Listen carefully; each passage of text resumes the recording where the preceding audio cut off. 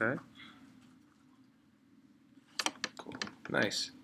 And so let's see. Is the sound?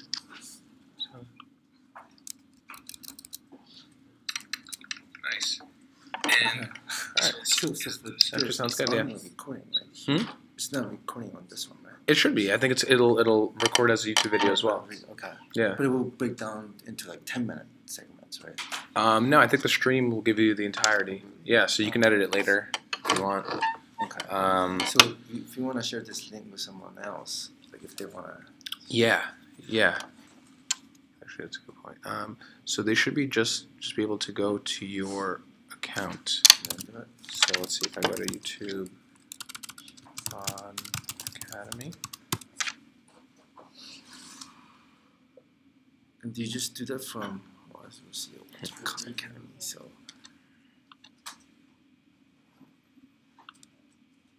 I guess that's the first thing about that pops up.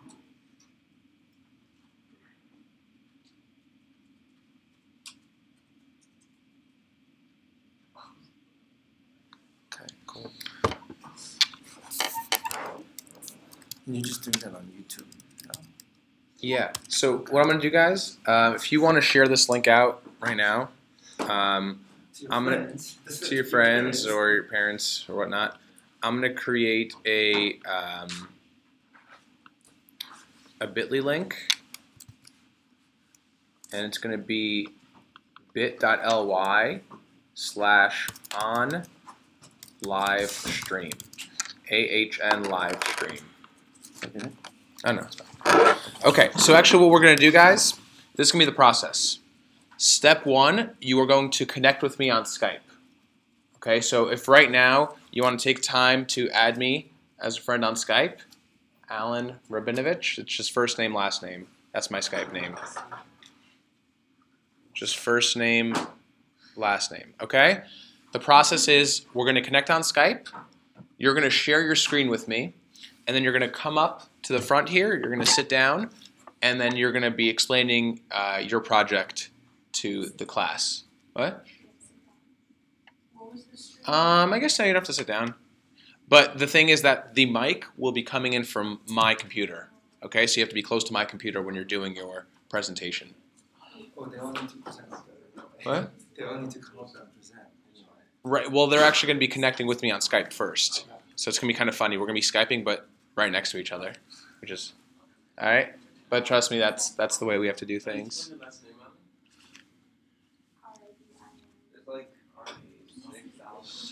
I'm telling you, my Skype username is my first name, last name, just right there, in a row. No, because you're going to be first one up.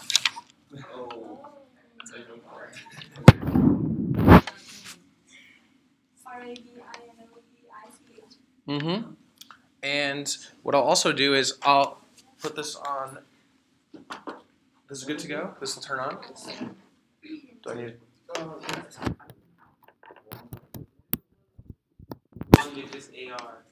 with my face? With a hat. I think I have a hat on. Dude, it's simple. It's literally my first name, last name, no spaces. I got it. Yeah. Username just. We're missing the one with the face. Yeah. No, but they two have the Rabinovich. Yeah. 6 Alan Rabinovich. Are you serious? Are you serious? There's an Alan Rabinovich in his face, and then there's an I only see one. They're like, dude, yeah, he's right there. Six Alan Rabinoviches. Yeah, there's later bitches. Wait, which one is it? I'm not gonna answer this question. I'm done. Wait, is it Brooklyn, New Picture York? of his I only have a certain amount of patience. Wait, why do I actually wear one? No, because this one is face. This one? Slash No. But that's his face. his The face. Brooklyn one. Wait, which one do you have? The purple one. The Last Brooklyn stream one. is just the. That one. Yeah, the Brooklyn one. Again. But this is not Alan Rabinovich space. It's my first name, last name in a row. That's what I'm trying to tell you. Remember, there's no spaces. It's just my first name, last name. But they're only streaming like that plus the recording, right? Not their face, right? No, correct. I wonder if Do you want to do that? Yeah, we can. Yeah, let's do that right now. You like to make fun? I just hope my computer can handle this. Well, can you simultaneously Mhm. live stream two different things? So watch this.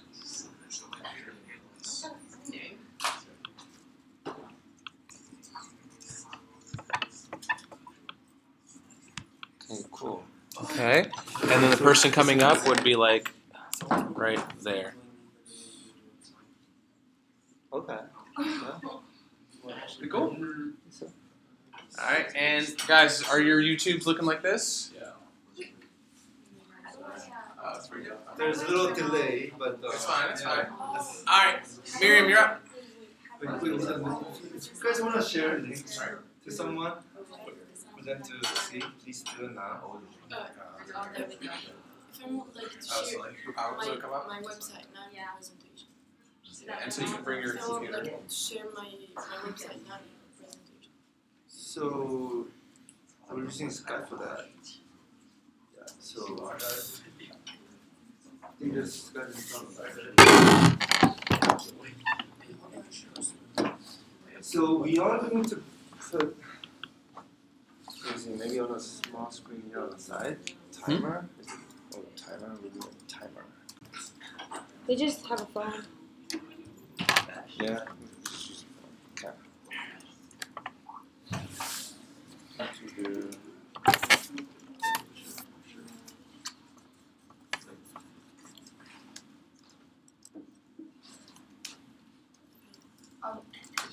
That to be in the frame. Yeah, you can freestyle. Yeah, just press start when you're ready. One second.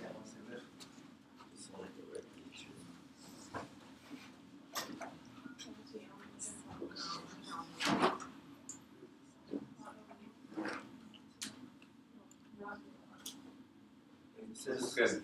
Nice. Yeah. It does say the video upload low.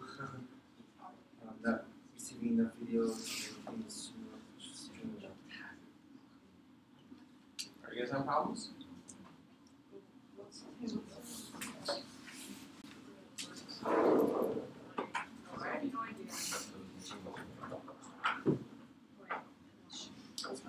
Yeah.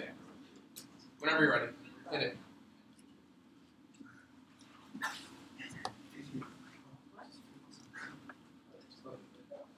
I'm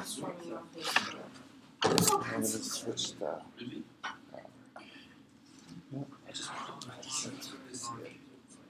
No, keep Oh. it there. All set, and do you want me to live stream on Facebook? Sure. Yeah, go ahead. One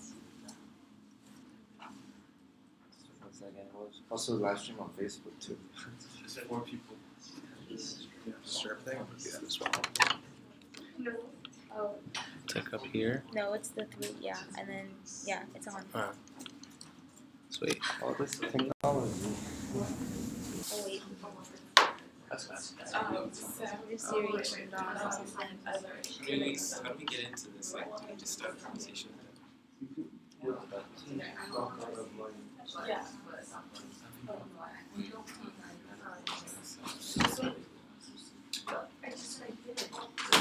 Okay, so you guys Alright, all let's need do to quiet down. Yeah. Right? Give her 100% attention. Right here. Okay, that makes sense. Alright, good morning guys. So my project is called Fashion by Bear. Once upon a time, wait. It's not. It's not. Okay. Once upon a time, when it works, there was a little girl, and she loved to help her mom get dressed. So every time her mom asked her, "What should I wear today?" she always said, "Jeans." Duh, as if it's obvious. And so then her mom finally accepted that. And so every time her mom asked her, "Well, what should I wear with jeans?" she responded, "Jeans. Duh." Now, what can we learn from this story? First of all, that denim on denim is a reliable and timeless trend. And second of all, that this young girl was passionate about fashion and not afraid to share her opinion about it.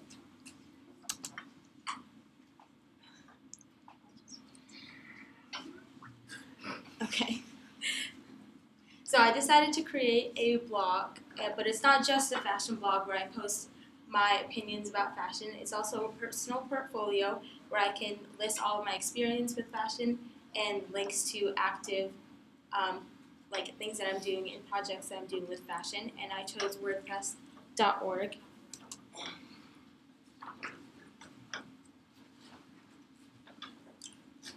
So the reason why I decided to do a fashion blog / portfolio is because a blog combines 4 of my passions. The first one is obviously fashion, social media, writing, and digital design.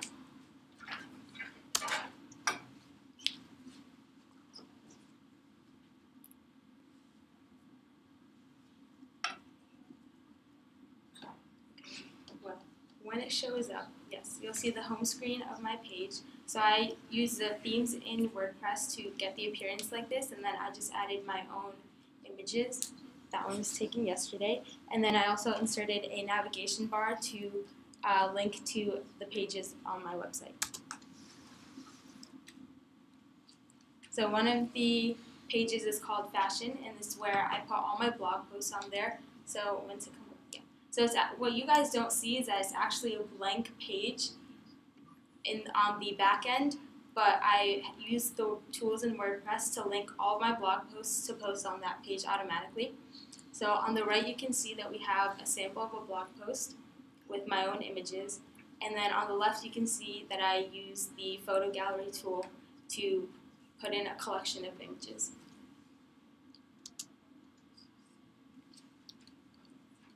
And then additionally, on that page I use just a little bit of CSS to center all the blog post headers, and it was as simple as 2 lines.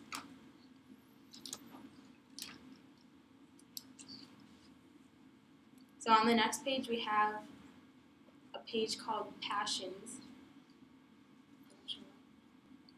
and this is where I linked my 2 biggest projects. These are my most prized possessions in my life so far. The first one is my Instagram blog, and it's called Fashion by Mare, and I actually linked the website to the picture so viewers can easily click on the picture and be brought to the site. And I also used WordPress to embed my most recent YouTube video in there, and as soon as you click on it you can link to my YouTube channel. So this is also how I'm going to be working on viewer acquisition, by linking to my social media and promoting my blog on social media.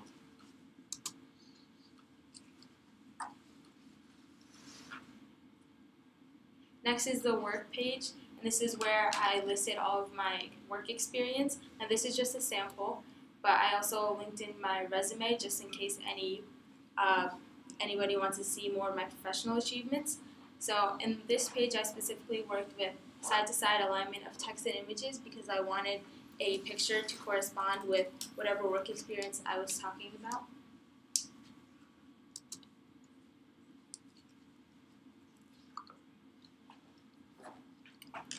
And on the last page, it's called About.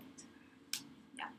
And this is just a small blurb about myself. It's a short bio, and again, it has links because I think links are very important on my website. And what you guys didn't know was that a lot of this was what I call blind editing, which was that when I was editing it in the WordPress editor, I couldn't see how it would look on my website because the editor window was like different. So I just did a lot of trial and error, and eventually it worked.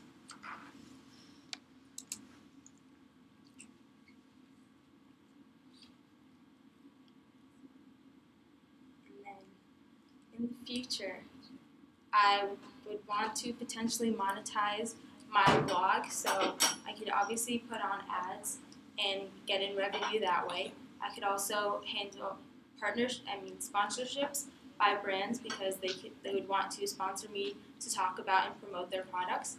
And if I continued to have a partnership with said brands, maybe I could put in links to actually sell some of their products on my website, and then I could get some revenue from that.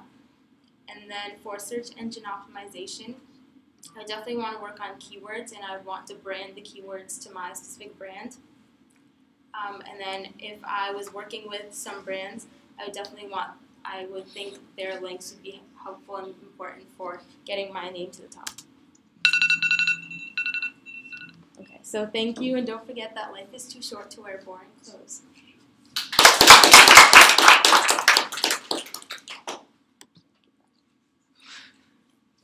Questions?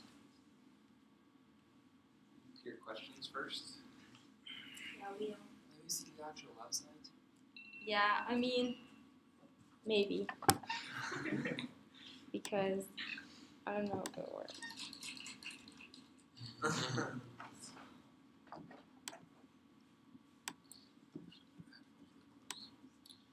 sorry, could you just pass those headphones really quickly?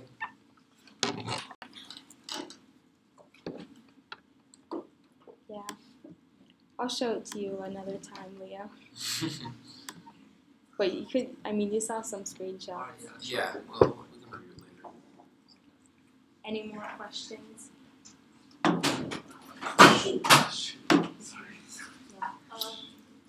did you start this? When did, When did you start, say, your Instagram page or? oh yeah. So my Instagram page I started sophomore year because my friend told me I should, and so I just did it, and it was like a fun thing to do, like every day, not every single day, but a lot of the time. So I've had that for 3 years, and then my YouTube channel I've been wanting to start for like 5 years, but I just didn't have the time. But then I asked for my first DSLR for graduation, and then I started filming. So there's a lot of videos that I have that I haven't posted yet. But yeah, I started it. I officially launched it 2 weeks ago. Have you been gradually building up your viewership? Yeah, I guess. I mean, it's mostly just people who like know me right now. So what is your distinctive angle with your fashion, or how do you kind of stand out from the other fashion bloggers? Well, I think everybody stands out because like no two people have the same style or fashion sense. Like fashion is sort of depends on the society and the time, but style is very personal. So I don't think anybody has the same style. So that's how I think I stand out, because I think everyone in the fashion You industry. mentioned search engine optimization. Like, what would people search? What would people type in to find your website? Well, I think they could, if I had partnerships with brands, they could type in like the brand, or if I was reviewing a product, then they could type in like a review of that product. And then since it would be linked to the brand, and the brand already has a good like reputation on Google, then it would bump me up. Are we doing Q&A, or are we doing more just like feedback? So I have a question. So how do you reconcile the website with the YouTube and the IG? You know, like what is the website's place in like your kind of brand? You know, and like your presence online. Mm-hmm. So my presence online is more seen in the YouTube and in the Instagram, because it's more of a like, creative expression, and on YouTube I can actually like post live video. So I think my presence is more on those sites, but I think the blog is very important from a professional standpoint, because it shows that, you know, I can write about these things, and it's not just like anything on the fly. And I think linking them all together is very helpful. Like I've put my YouTube link in my Instagram bio. I used to have a WordPress.com blog that I put in my Instagram bio that got a lot of traffic that way. So I think just linking them all together and making it really accessible to go from one page to the next is what's really good. I like how you started with a story and made it personal, and showing your passion was really good. I think the website looks nice. It's good that you have some thoughts on your user acquisition plan. I'm still not totally sure what makes your brand stand out, or if you're able to capture kind of like your vision or what makes you distinctive in 5 words or less, that might help in terms of a communication strategy to kind of get out your stuff and make it stand out from all the other fashion stuff out there. It's really good. Thank you.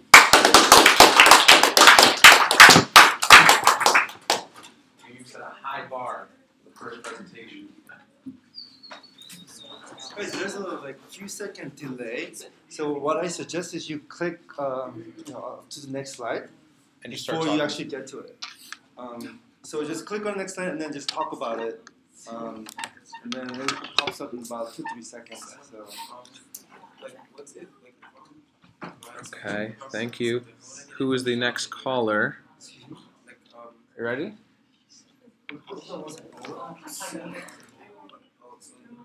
Okay, Sophie's up. No, I'm not ready. Yes. Brianna, you're. Alright, Brianna's up. So, what you want to do is make sure you share your screen before you come up.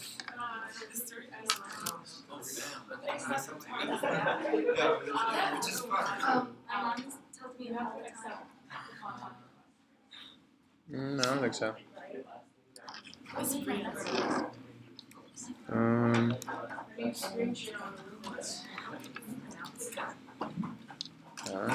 File preferences, screen share, file. It's just,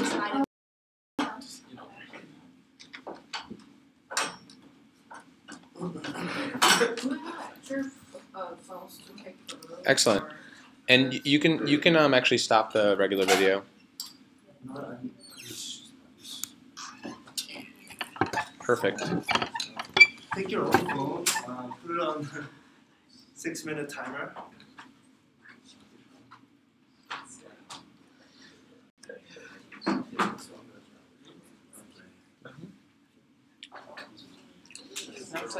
Pay more attention to what's don't worry about it like waiting to go up. Just like talk about it. Yeah.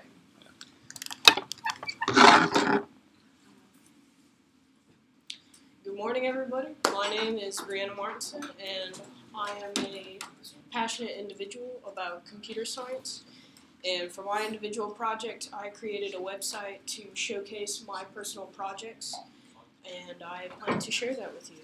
So this is the home screen. It says my name and basically what it is. And then if you scroll down on the home page, you can see all my personal projects. And my most recent one is called That Day, which I created here in TechBridges. And then at the front of the screen, you can see just a little summary about what it's about. And when you click onto it, you can see a screenshot about that project, and then a small little summary about it, and also what I took away from this project, because when you're working on different projects, it's not just about the finished product, it's also about the journey and how you got there. So, for example, on that day, I worked how to collaborate with the team, but also how to break apart the workload and still collaborate together. And I also included a link to my partner's project from this project. And once we get a server up, I will also be including a link to that game. And then another one of my projects that I've worked on is called FoodMD. And it is basically meant to educate the commoner about some culinary safety. And I include a summary about the project, why we created it, what I learned from it, a link to the website, and also a link in an embedded YouTube video talking about the competition which I created this website for.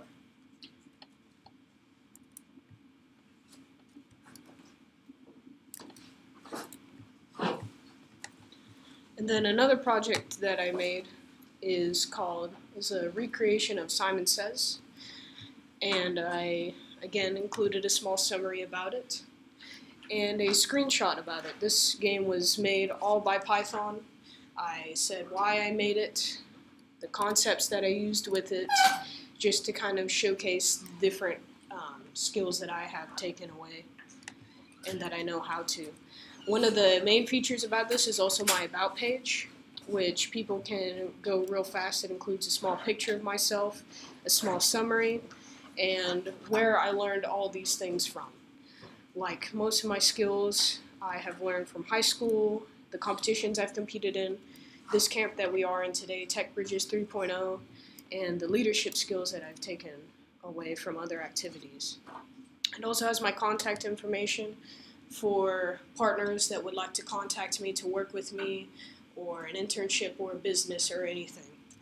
And then at the bottom of my home screen, it just has a small little sentence describing who I am.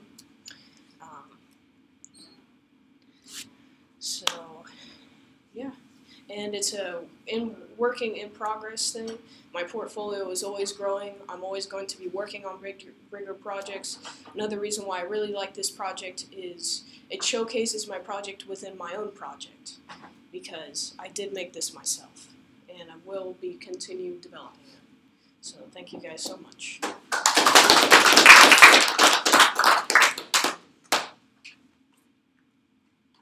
Comments, questions?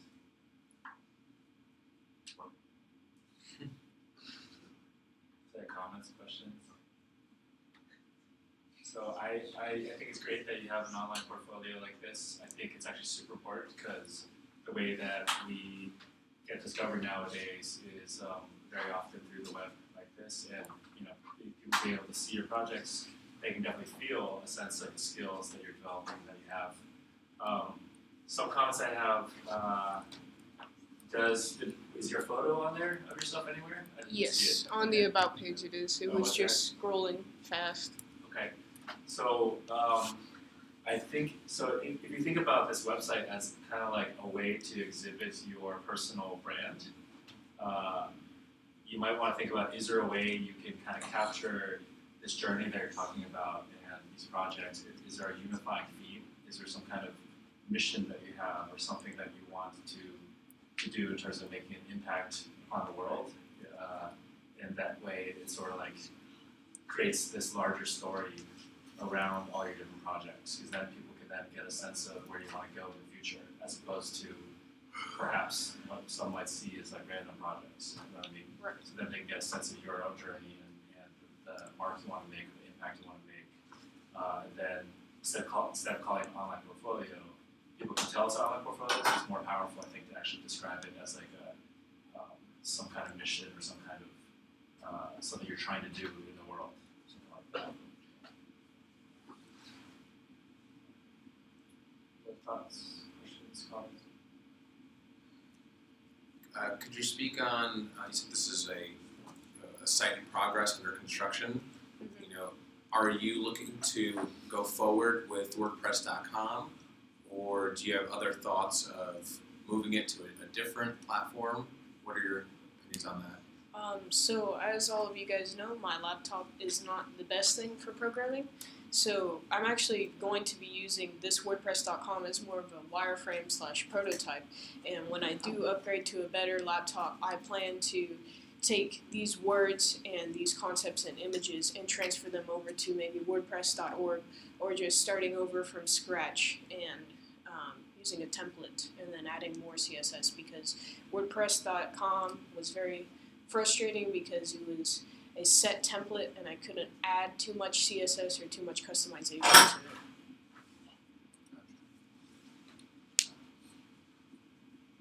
All right, thank you so much.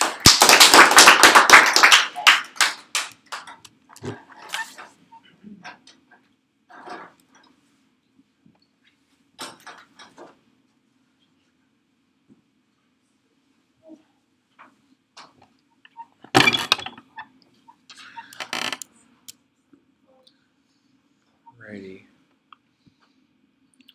Leo. So wait for it. First, you know the drill.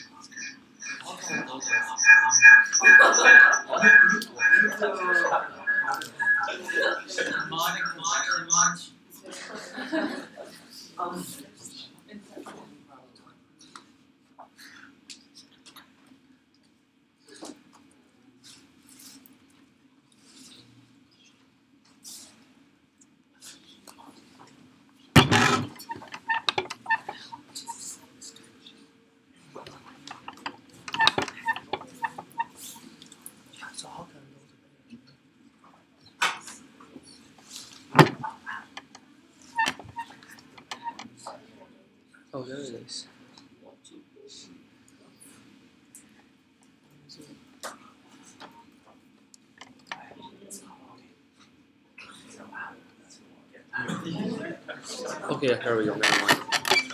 All right.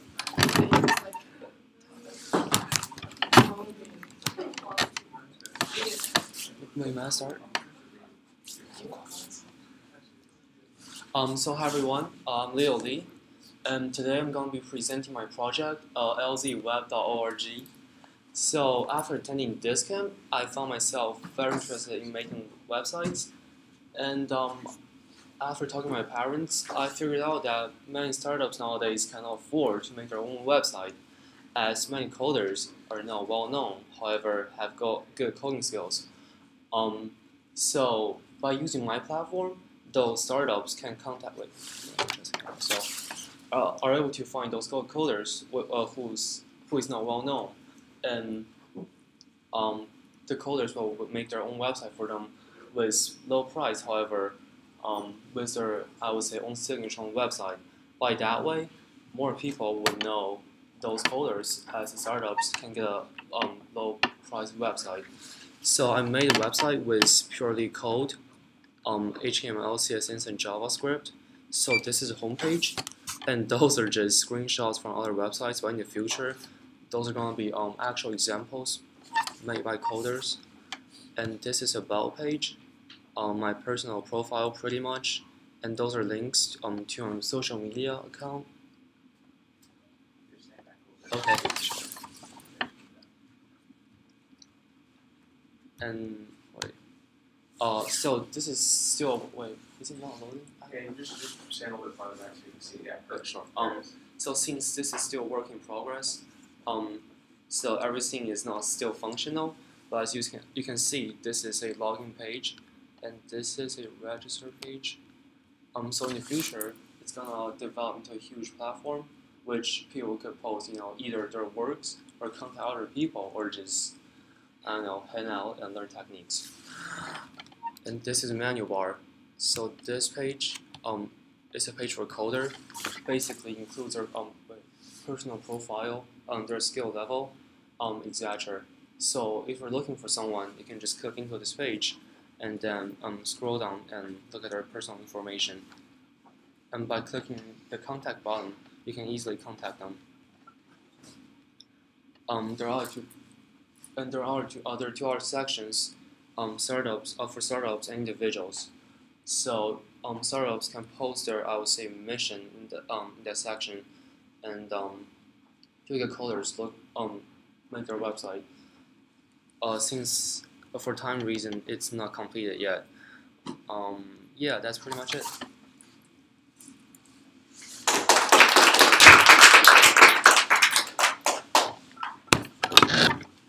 Comments, questions? Yes. Pardon? Oh, that's just my initial. Is your website like a real estate website? Pardon? What's the function of The function? So it's like a platform on which provide people affordable web services. Oh, so you're making websites for them? Not me, but like other coders in future. So are you actually providing service for other people? Yes, pretty much. So you're a platform that connects coders with people who are looking for projects? Yes. Is that all? And also, let's say you made a website, let's say for a startup, and like if you write it into a resume, it's gonna be really good. Yes. What do you mean by hanging out on the website? Oh, just wording problem. Never mind. What? What? So what I meant is in the future you can post tutorials. So like if you want, let's say, learn HTML skills, you can just like hang out and like look at people's tutorials.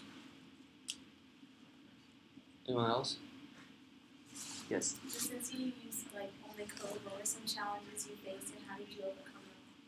Well, so at first I think I can just copy and paste our codes and like just throw a bunch of codes together to make the website. But in fact, since they're from different websites, like some of them use the same class name in the code, which really messes up the entire thing. So I pretty much have to clean up everything and start with scratch. Yeah, it takes a lot of time. I it's great that you are trying to address a real problem, right? Like, I think you identified this problem of it's hard for startups to make a website sometimes, or it's hard for them to, or not necessarily startups, because I think startups have money, perhaps, to fund a programmer to make a website. But I think maybe small businesses like mom and pop shops or like something like that, maybe they need a website, and then there's huge demand for that. I think that kind of value propositions, like maybe you're offering a much easier or cheaper solution or something like this, perhaps. I think you would probably want to communicate more clearly how your service is like better than the normal ways that people try to make a website, right? The normal freelancer markets or the other kinds of areas. I would like to see perhaps like other competitors, like what are the other ways that, for example, mom and pop shops make websites, and then we kind of show how yours is like a better approach, and then a lot more people will come to you because you're offering something that's better than what's out there. Cool. Anyone else? All right, thank you. Thank you. So this onto the other side, so that.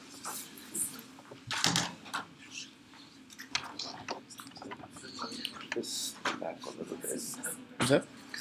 Yeah.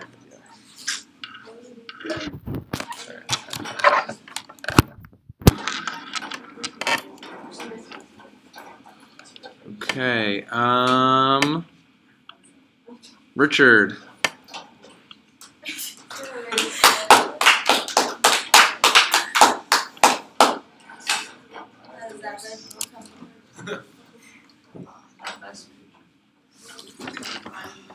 Wait, Richard, do you play sports?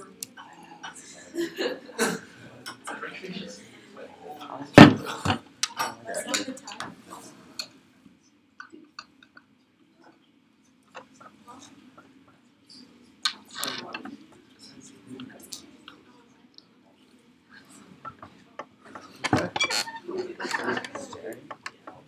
Oh, nice.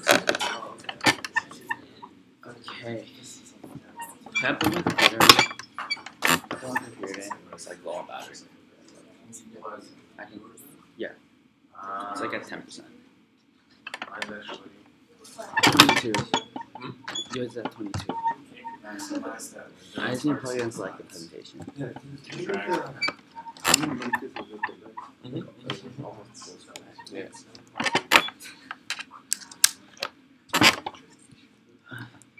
I think it's possible because we don't need to see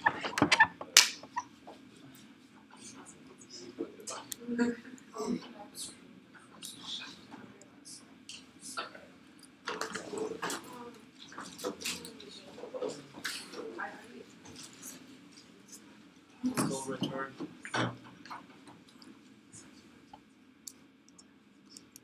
When's the time for you to enter? Sure. Alright, so my project is Pedals for Progress. Pedals for Progress is this non-profit organization that I worked with earlier in the year with my school. Basically what they do is that they take like used bicycles and sewing machines and they send them to like impoverished areas, like in Africa or in Haiti. And then they give those bicycles to the people so that they can use those bikes to like get to work or start their own bike shops and become like bike repairsmen and stuff like that. Basically creating new jobs and giving the people like more ways to get to work. These are some pictures of me working with them earlier in the year, assembling some of the bikes, shipping them away. And when I started this website project, they immediately came to mind. Since ever since I started like working with them, they stuck with me. So I checked out their website, and it's pretty much crap. Like, look at that's the website right now. Doesn't look very good. To put it in perspective, the side is slow, just like Sangre. This is the website of IMAX and Yahoo from 2002 and 2005, respectively.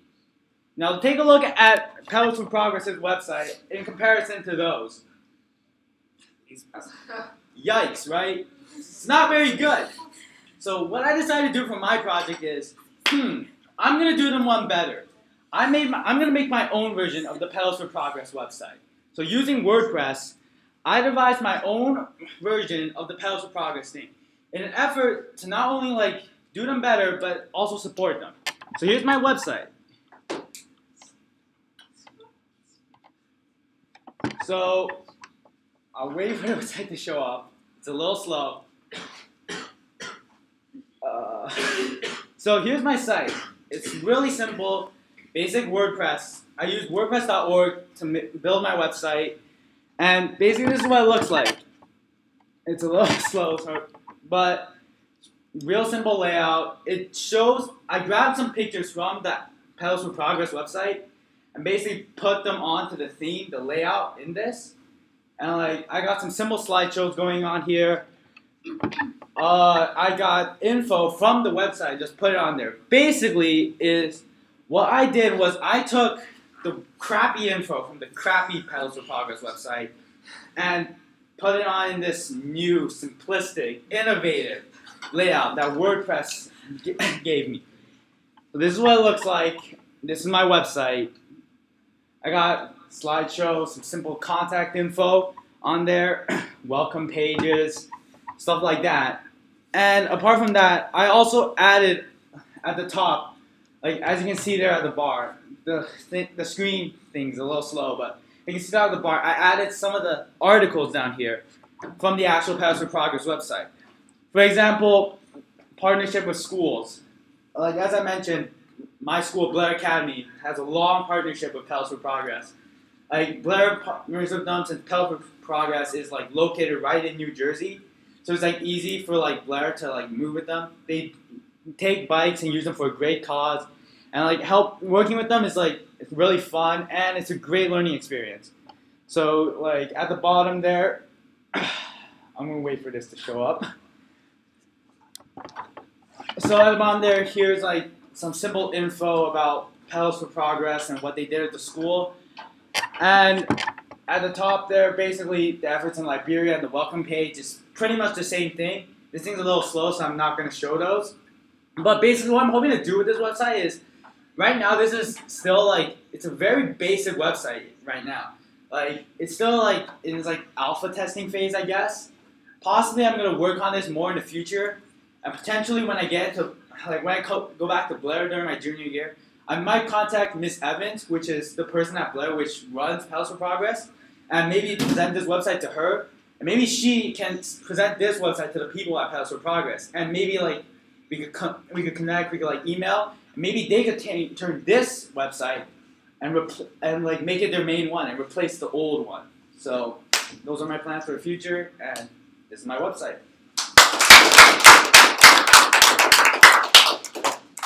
So does their previous website have some sort of special functionality that you might have some difficulties replicating on this one? It's just that their old website, it's not like, for example, it's not very mainstream. Like, for example, whenever like Yahoo, you see their old website, there's nothing wrong with it. It just couldn't keep up with like the standard. The new like fluid, like the new websites, they all have like these sleek designs, and like Pedals for Progress website just like it isn't keeping up. That's not what I'm saying. But like, I'm asking, does the website, like, let's say, right, let's say you're trying to make a better version of Instagram, right, and you're going through your website, whatever prototype you make isn't going to have the ability to access Instagram's data servers, get images, get users. So I'm wondering, does their website have some sort of feature, like you can maybe, I don't know, but like there's something you can do on their website that you might not be able to do on this one? That might not at all. Their website, I thoroughly checked it out.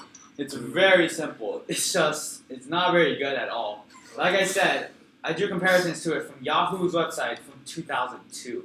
I actually went on the Internet Archive and extensively dug through Yahoo's website from 2002. And then I went on the Pedals for Progress website, clicked on all the links, checked out all the slides. Pretty much they were almost the same thing. That's like how outdated Pedals for Progress is. And like it makes sense too, since Pedals for Progress is this very small non-profit organization run by a couple dudes in like this dude like in like Lebanon, New Jersey. Like what? Where is that place? You might be thinking. So kind of makes sense. Questions? So all the content on your website can also be found on those, right? Pretty much, yeah. but like this presents it in a more like sleek, more I've got a innovative question. way. So what's stopping them from just going on WordPress and copy and pasting what everything they already have into a template that's already been But done? That takes like 5 minutes. But like, thing is, the people at Pedals for Progress do not Know didn't about think of WordPress? this.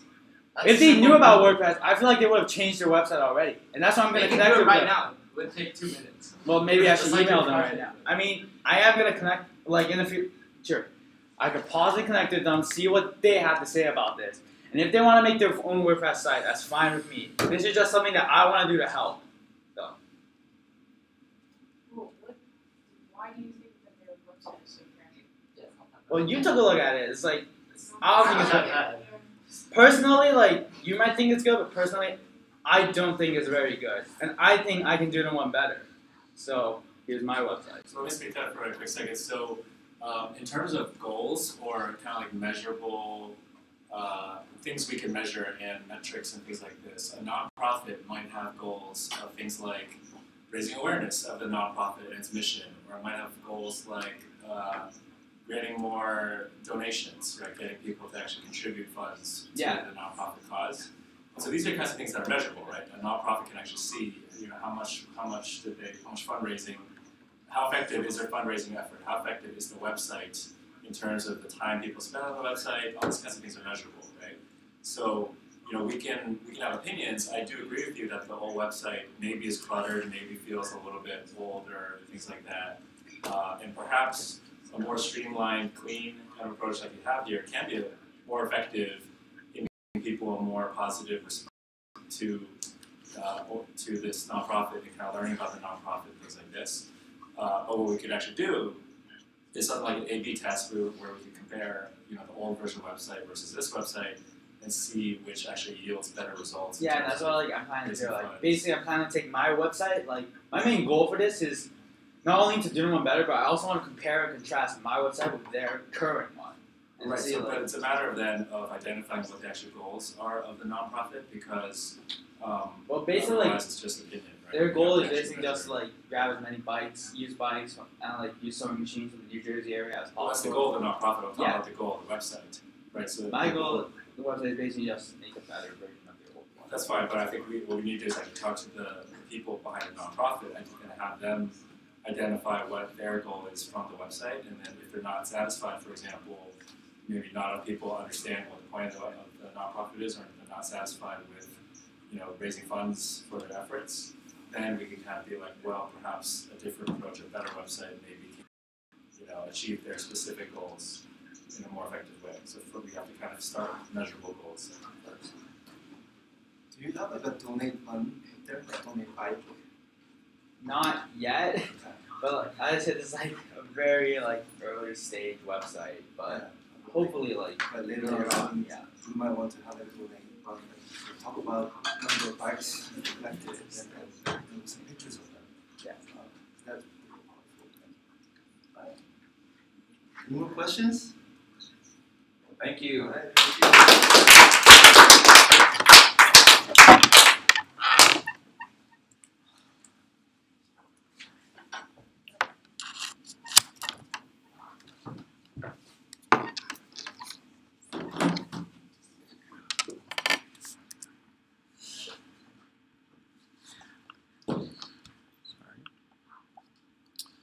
All right, so we're gonna go back to the top with this. Nope. There we go. Sophie. Are you online? Where's your computer? Jordan, are you ready to present yours? Yeah, cool. All right, we'll do Jordan first. You're up next, and then you're up after. Okay. All right, we have the next three.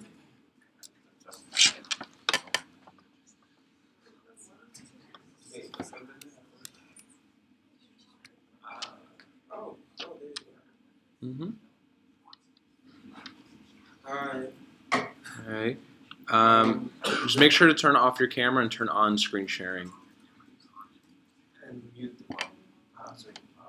Yeah, mute.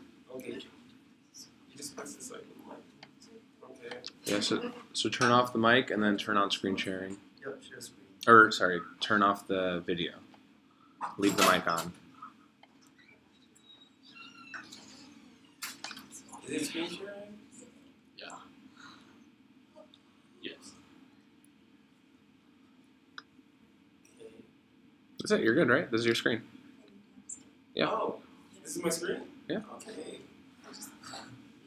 Oh, alright. Yep, you're all good to go. Come up here, set up your laptop. Make sure your face is in the shot.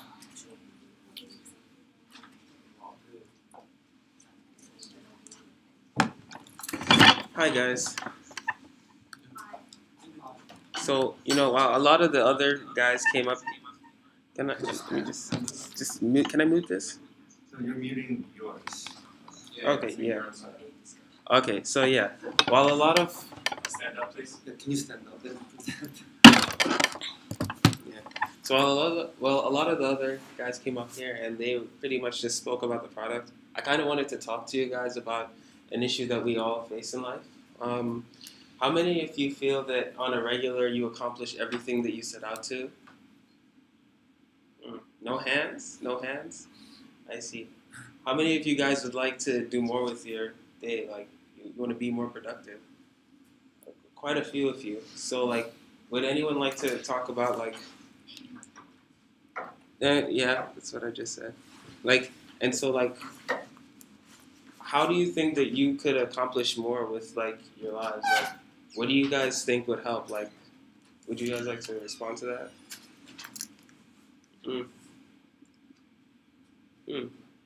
Hey, Victoria. Anybody else? When I'm doing something, focusing solely on that task and not thinking about other things. Like one of the ways that I think that I could improve personally is to have a good set of reminders that like remind me when I need to be reminded, sort of. I feel like that's not really done too well. And so, hello, right? So this is an app that I'm working on. Let's move this. And the goal is to pretty much help people to achieve their goals and to like democratize like tools and habits that help people to become successful. It was really born out of a desire to see like my friends, classmates, and families like actualize their goals, and like looking to see the difference between the successful and the unsuccessful. Currently, the MVP is what's being developed, and that's why this is not a pitch.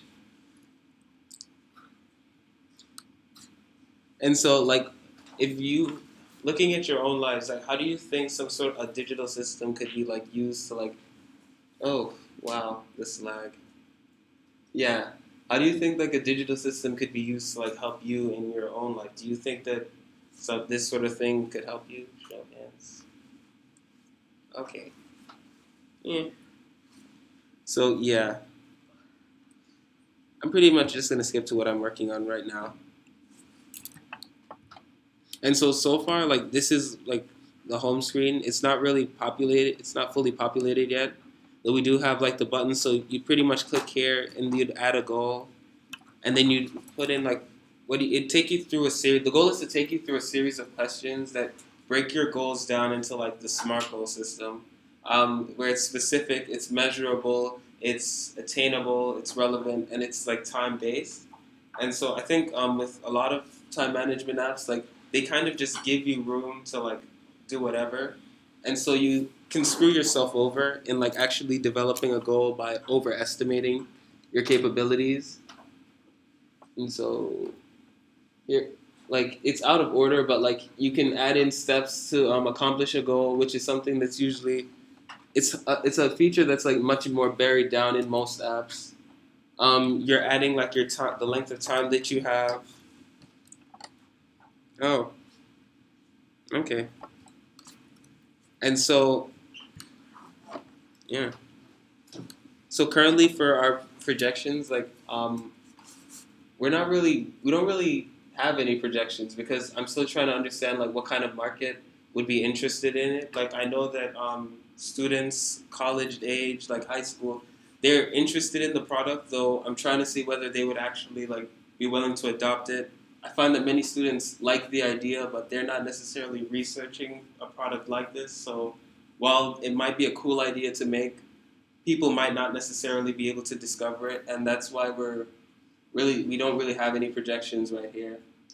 The goal is in the future is right now to really work on a system that helps you to identify your goals, break them down into like reasonable steps, and then offer services around goal management. Like during this camp, I realized that a lot of the young ladies, they would really like to have a feature where they could like have their have a system with like their like how their time is like being used, and then use that to like connect with friends automatically to provide like more convenient meetups with friends or connecting with other people.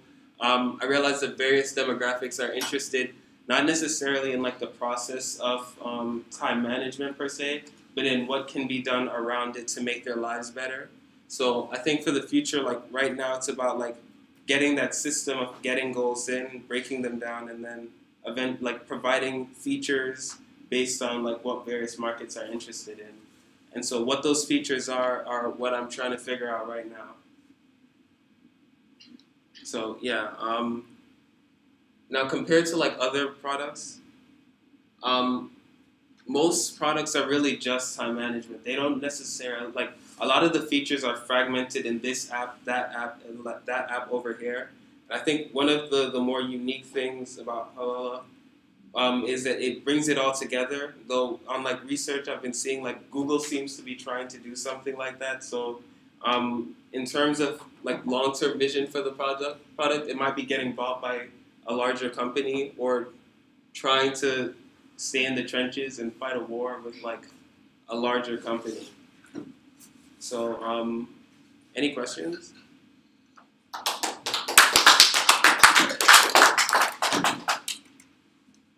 Yeah, what's up? So, there are a lot of productivity apps already out there, and a lot of times what happens is that people only use them for a short period of time and they get bored. So, how are you going to prevent that from happening with yours? So, yeah, that really comes down to like doing like thorough amounts of research. Just like pretty much building prototypes, working with people, and like seeing what works with them, and like building from that. I'm not entirely sure how that would work. Based on what I've been seeing, like gamification sounds like a pretty good option, but you're never really gonna know until you try. What's up? So a lot of times when people start to get in the habits of like writing everything down and organizing, it takes away time from them actually doing the task. So how do you plan on minimizing the time that they spend on like setting up the app? Okay. Yeah, that's something I've been thinking about a lot. Like the startup costs of just like, I think that's one of the biggest things that, the biggest problems that I face in terms of like user acquisition. Just like the startup costs, like the process for entering a goal in Halala itself is like, it's fairly long compared to other apps where it's like you write down a sentence, but then like I'm hoping to back that up by having like a lot of features that like make it worthwhile to actually go through that process. So it's like the setup is long, but like there's a high quality of like self-maintenance by the app. Like the app, you just like after you go through that long work, like it's pretty much just button presses, and like the app is reminding you when you need it to be reminded. It's getting better. So overall, for like the user, like that long process becomes more worth it the more you use the app. Though that's a big problem. Like especially if you're like coming from another app and you have to put in a lot of code. Like that's something that we're really trying to look into, and we might just heavily invest in APIs. Yeah. Oh yeah, no. Yeah, so the huge mainstream apps like Instagram and Facebook, whenever I hear the name of the application, it gives me an idea of what it is and what I expect, and that's why it sticks with me so much. And it's also why people think it's mainstream. But first off, I don't know how to pronounce your name, and whenever I hear the app name, I don't really think of planning. So maybe that would help you with your brand if it was a different name that had to do with planning, or more stays with you. How do you pronounce it? Halala. Halala. Yeah, I know. We're pretty here. Yeah, what's up? How do you plan on making money from your app? Great question. That's another. So I've been like in my research, I've been looking into like what consumers would really be comfortable with. I've been talking to some people, and the general models that I think would work for this are like free, but like a freemium model. Ads, though I personally hate ads, though also just straight up paying for the app up front, or perhaps like one of the ones that I was thinking about that would like cause the least amount of like, it wouldn't really affect the product too much, was selling data, though I think a lot of people have expressed concerns about having like somebody else having their personal data on like how they're accomplishing their goals and like their things in life, just like that. That's not necessarily like a good thing. So we're not really sure right now as to how we're gonna make money on this. I'm really trying to see like what is gonna like be the most comfortable for a consumer. I mean, in this kind of ecosystem, right, somebody's identity could be drawn to, let's say, like an avatar, right, because it's kind of a task thing. So, for example, in-app purchases, like you can buy a new tracksuit, right, because you work out 7 days in a week, or 7 days this week, you know, or if there's a voice command, I don't know if you've ever used Waze before, but sometimes you can buy additional voices, like Morgan Freeman is, you know, telling you, oh, your task is supposed to be done in 3 days, you know, so stuff like that. I like how you have talked about your initial research, talking to users and getting a sense of what they want or what they need. I think that's super important, especially in a crowded space like this. The way to stand out is to offer a very, very good solution to a problem that a lot of people can relate to, and you know, tackling a small problem, like a very narrowly defined problem, I think it makes a lot of sense because there's really a lot of productivity apps out there. So instead of being kind of like the 56,000th best productivity app, you want to be like the best app at one very, very specific thing that you can kind of stand out as being the go-to app for X, Y, and Z. I think it's great that you're, before spending a lot of time making something, interviewing people, talking to people. I think yesterday it was like talking to 100 people. That was the speaker. The speaker said talk to 100 people and kind of get a sense of what the problems are, what they want, what they need. That thing you mentioned about is very useful. Or the one person who told you that seeing a breakdown of how people spend their time. I think that was an interesting idea. Thinking about what that could look like would be cool. But in terms of also having your app stand out, you know, from a value proposition point of view, why as a consumer would I want this app unless it were the best at something? Right? It's kind of what I think about. And what's for target demographic? Is it just anyone? Or? No, we're not going for anyone. So ultimately, my goal is to find like a demographic, like really look for a niche within like the high school, college age, or like young professional. Not all three of them, but like just one specifically, and then to grow from there. Like start to kind of have the product age up with the user, like products like Facebook or Twitter or like other social media app where they've gone from being like primarily young people to like now evolving to be platforms that everyone now uses. So we're looking for like a specific niche. Brianna?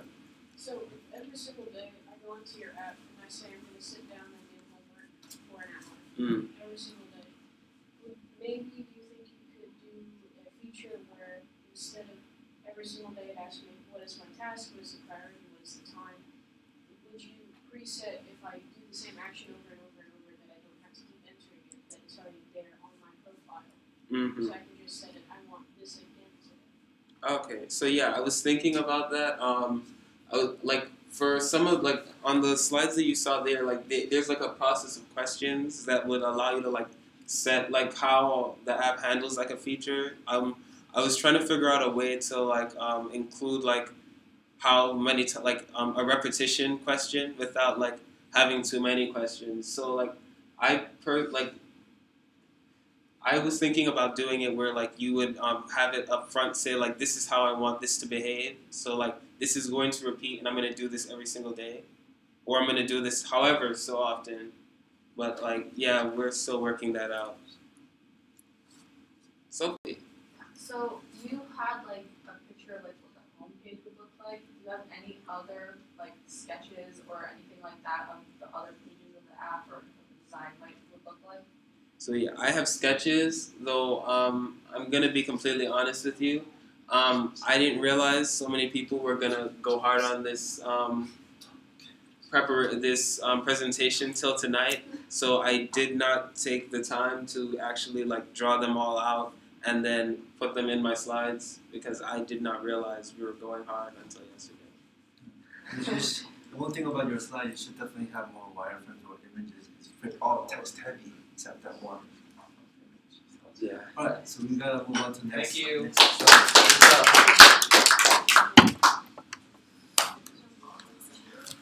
Next You're up next. Actually, Sophie, I'll call you on 1 second. 1 second.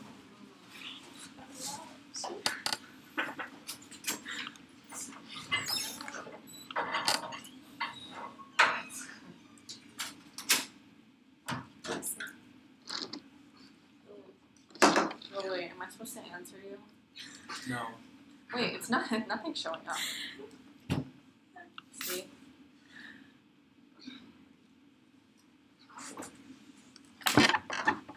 I'm very confused. I hope so. You're on the web version? Yeah. I don't really.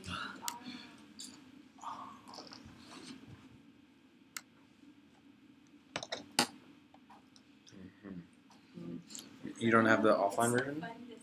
Or the Oh, yeah. I thought I did. Yeah, why don't you try setting up? Sorry. So you'll be the next person. Alright. Okay. What? No. Sure.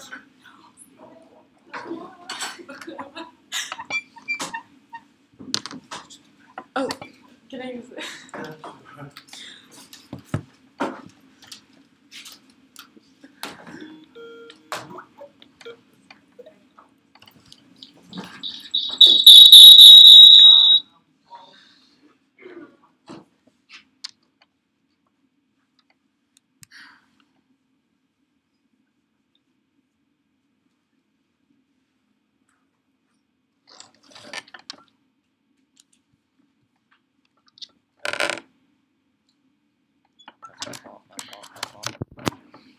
Okay.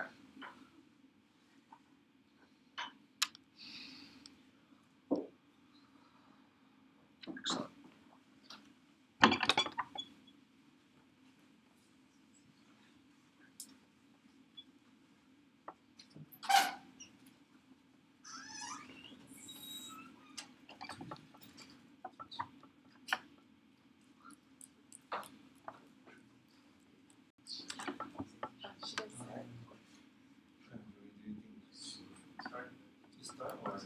Missing 7 and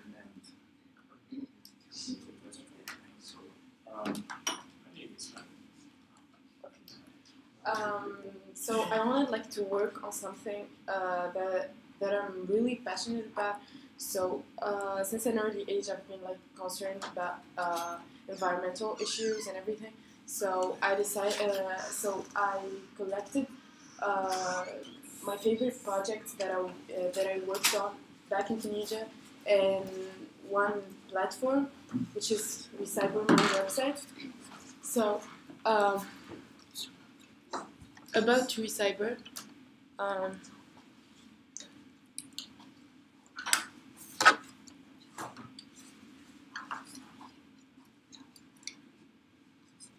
so the problem statement, which is plastic, paper, bottles are all supposed to be recycled, but they're like everywhere, whether in the oceans, whether in the streets, in the woods, they're everywhere, and they're not being recycled.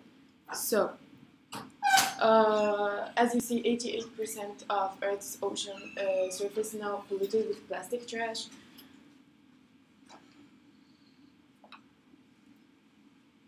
Every day, like the trash is increasing, and the pollution is getting worse and worse. So,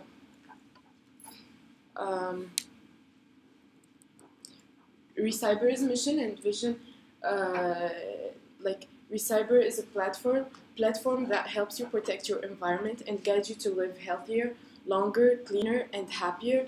Recyber will not only like help you change your way of treating the planet and its surroundings and watch your actions, but it will also helps you get data from your provider for free. So. Also, thanks to the educational games that Recyber's website provides and the different green camps planned in the future, we will guarantee making more responsible and sensible generations that will care enough about their environment and will make a change, and most importantly, give back to our planet.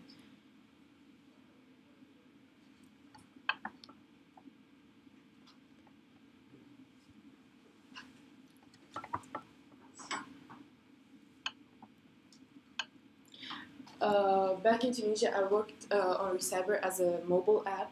So I worked on the digital prototype. So that's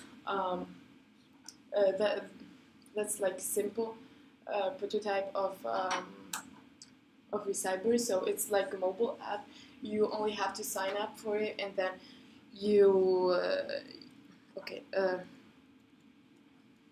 So Recyber is like a mobile app that allows you to get rid of any recyclable items for free data.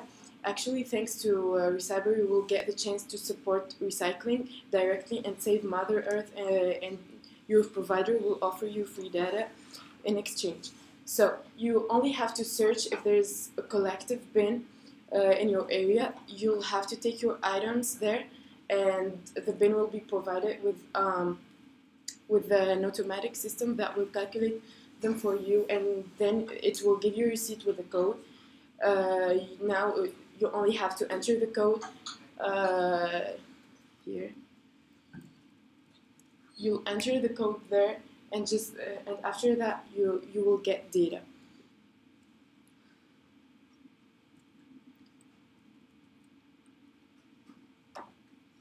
Also,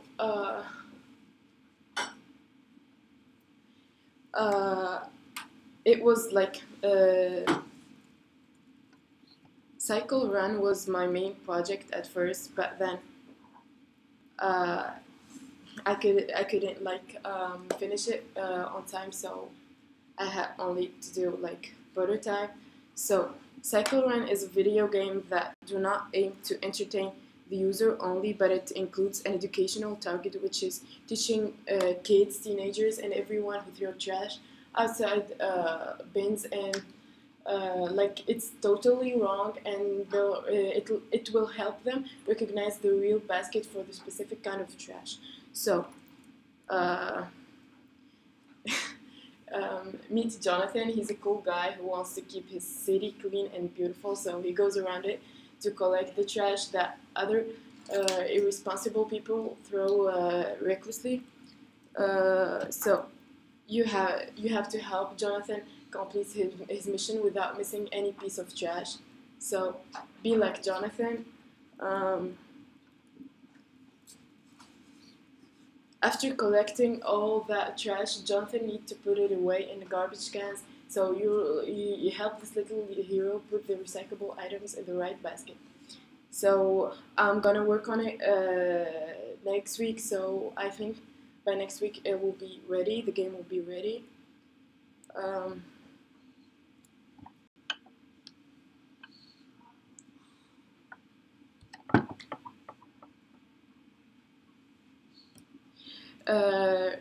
Recyber also includes green camps, which brings green leaders from everywhere to raise awareness about environmental issues and connect them more with the nature, and support their entrepreneurship and leadership, and like yeah. Yeah, so campers are challenged physically, intellectually, and emotionally through a range of hands-on activities designed to stimulate different needs, skills, as well as living.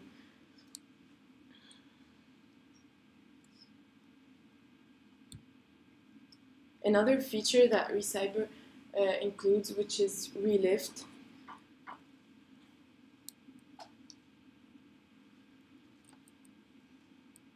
If you want to take practical action to reduce your carbon footprint, whether you have given up your car or you're a driver with an empty seat or two, Relift will put you in touch with other people making the same journey. It's free to use and you can save money on petrol or train tickets. So, how does Relift work? So, you only have to sign in, then precise your location and your destination. Then you whether offer or seek a lift. So, you search for an okay for or offer a regular or one-off trip. Request to share and make contact to arrange any details. Start saving and enjoy all the other benefits of relifting. Okay. So the purpose is to join for free and find drivers and passengers to share with, save money.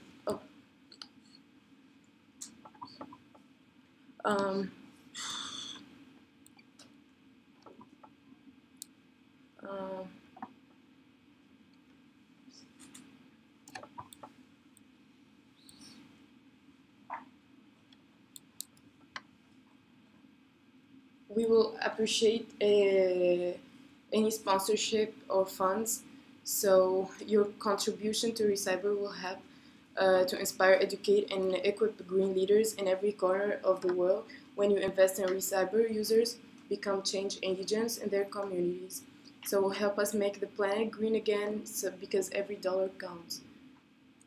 And there's the blog, where the latest environmental articles and are here. So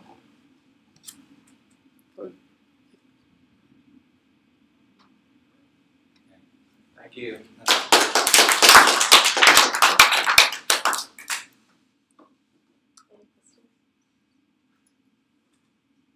I think both of the features that you talked about, like the game and Relift, are really good ideas, but how do you plan on making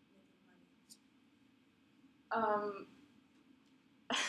So I only thought about ads, and I think like I already talked about this sponsorship with the telecommunication provider in Tunisia, and they accepted to work with us as a sponsor. So yeah. More questions? So I don't really understand the purpose of this. I know you're saying something with data. I don't understand this. So basically, you have, for example, 100 of bottles. You're gonna take it to a collective bin. They will give you when you put them there, you will get a receipt. When you with a code, with the app, if you enter the code in the app, you will get free data. What kind of data? Like internet data. Oh, okay. How would you do that? How do you get money for that? How do you get the resources to give people data? And So, where's these places they're taking the bottles from? Okay. So you when you get the recyclable items are going to a recycling factory. So in Tunisia, they give you money back if you give like recyclable items. They will give you money for that. So instead, they won't give you money. They will like indirectly they will give money to the provider, and the provider will give you data. Isn't money like more desirable than data? I mean, that's just how I feel. Like I feel like more people prefer money. It's because it's not like a big amount of money. It's like, I don't know. I think 100 like of bottles is like $1. Yeah. So it's not a lot of So money. you're gonna give them a lot of data. No, not a lot, but But then is what? Because you're getting more than $1 worth of data. Oh, Yeah. So if you want to get it through the provider, that would cost, let's say, $10, but for the Oh. provider, it's cheap. Okay. So yeah. So there already exists something called Recycle Bank in the United States. Recycle Bank actually was created by Columbia, initially a Columbia adjunct professor in business school. And Coca-Cola sponsored Recycle Bank and gave them over $1 million to basically do this program where you recycle cans or bottles, and then you get a code, and then you use it on the website, recyclebank.com, and you can get basic rewards. So you can kind of, perhaps you may have seen the Recycle Bank website, but so this model actually can be a good way. I mean, it's a good idea, basically, but I think building the infrastructure can be difficult if you don't have the initial funds to set that up, but this kind of thing does already exist somewhat. Is there a question over there? Yeah, just another question.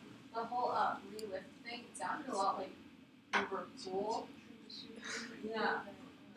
So I don't know, I feel like how would you like compete with them or how would that like I mean, like, I won't compete with them because it's like, basically, like this app, this whole project works more in Tunisia. So because we don't have Uber and everything, so it's more practical in Tunisia. I don't know, like the case here in US. So I have a few questions, real quick ones. So is this a real thing already, or are these all new ideas that you want to try? Is there something related to? Actually, like it's I worked on these projects.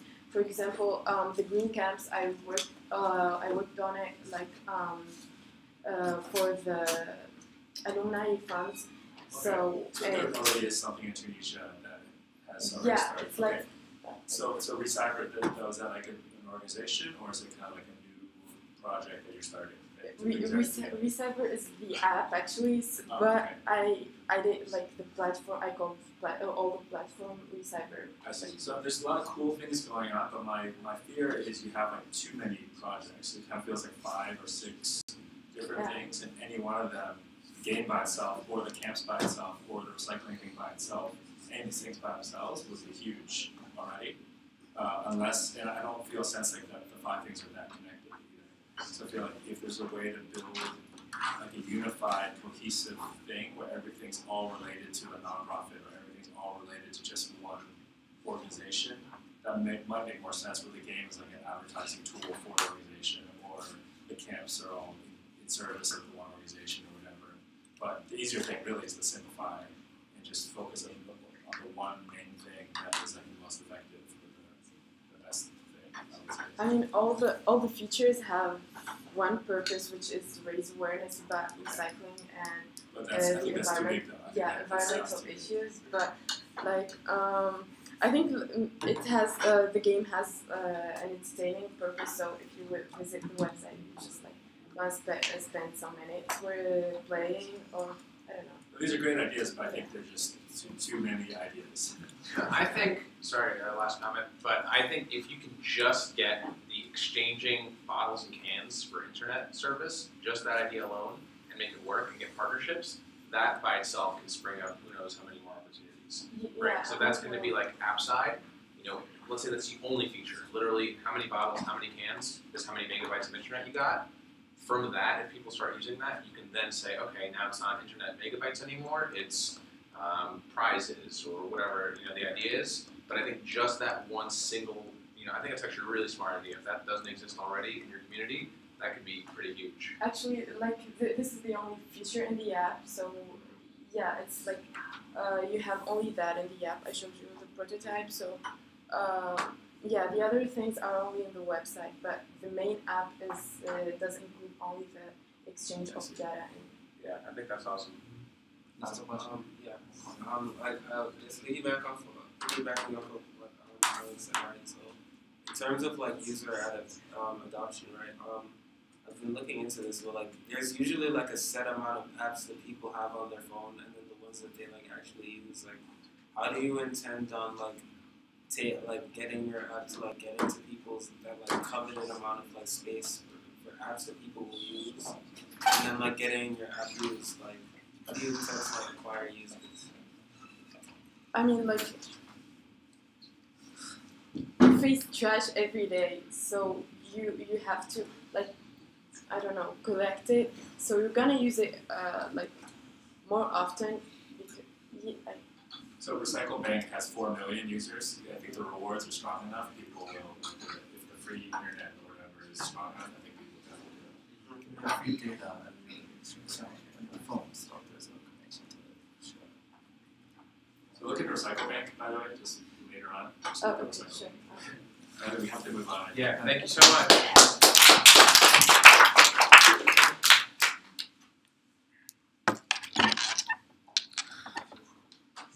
It's always good to find competence.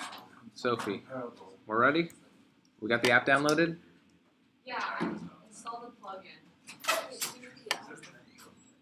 I mean, just like the desktop. Just like a Mac Skype app. So, okay, I'm gonna call you.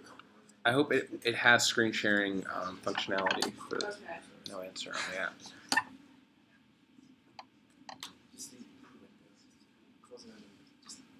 No, it's not working. Can you call me? Yeah, it says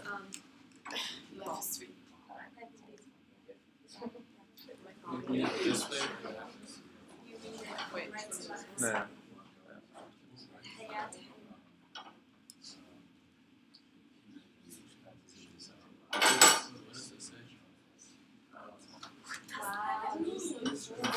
What do you mean?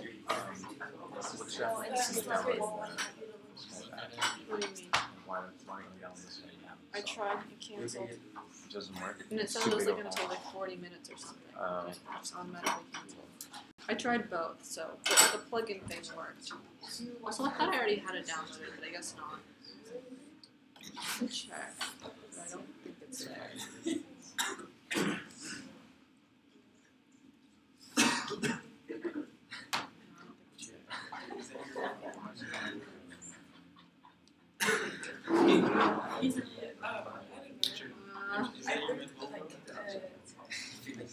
Oh, what? God. Is that your Should I try downloading the app again? Yeah, probably.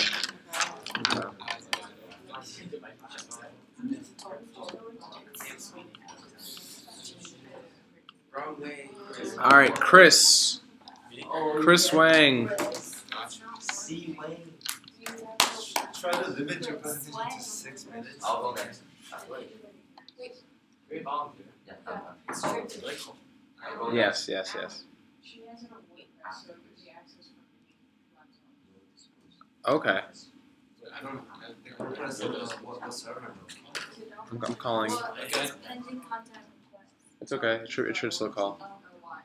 Can I try to call you? No, I don't know. Sure. Is it a local host? All right, got it. And now go to conversations and view share screen.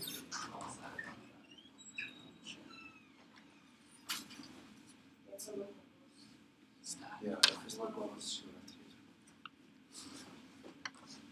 All right, I'm excited for this one.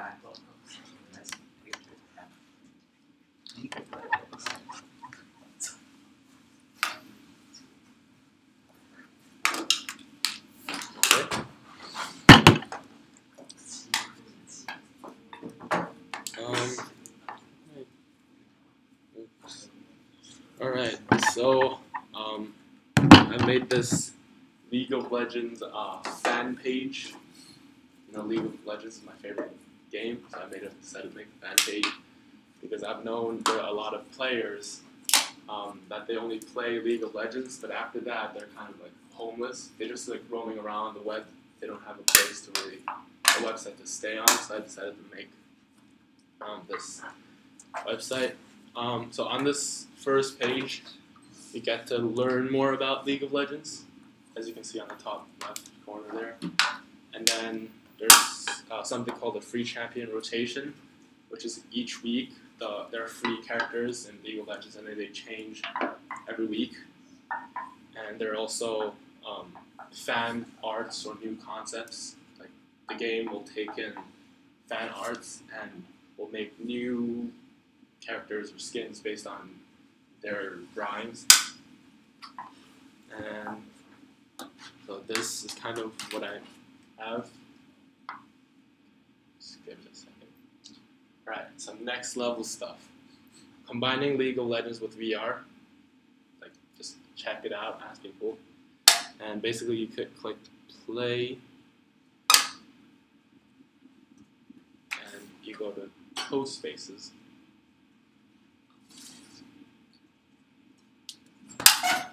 Okay.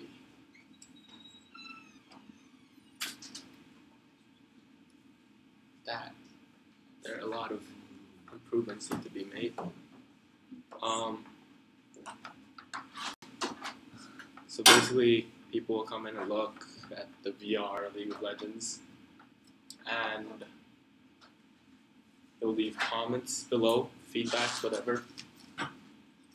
So this is like the home page, and there's also a wallpaper page, which there are all kinds of cool wallpaper that I think are cool, you know, because I know that a lot of like players at my school, they it's like hard for them to find these wallpapers to download to put it on their computer.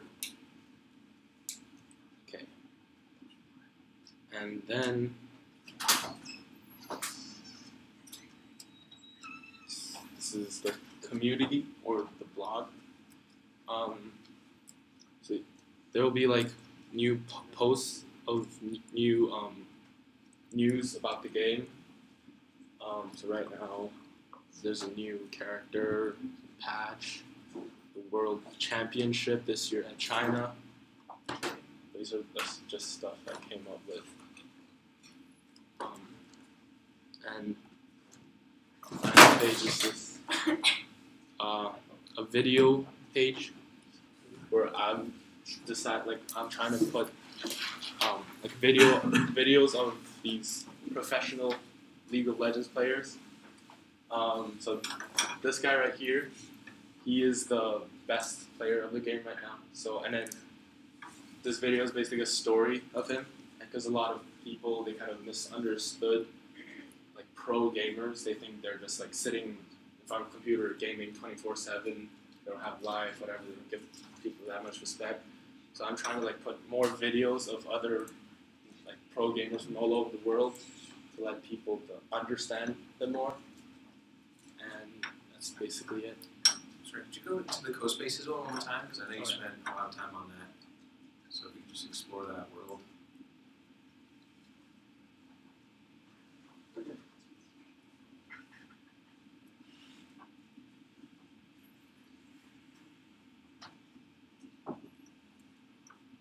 Could you explain kind of what you did here? Alright, so basically I had a picture of the map, or the map that of League of Legends, and basically what I did was like made all these buildings and like, structures and stuff 3D, and also added some figures in the map to make it look like the actual fighting scene or so. So what I'm trying to do is make people who come into the website can go into one of these characters' first-person view, maybe like move around and look different kind of stuff. Yeah. Maybe like community members can interact with that world. Right. Yeah. Any questions? So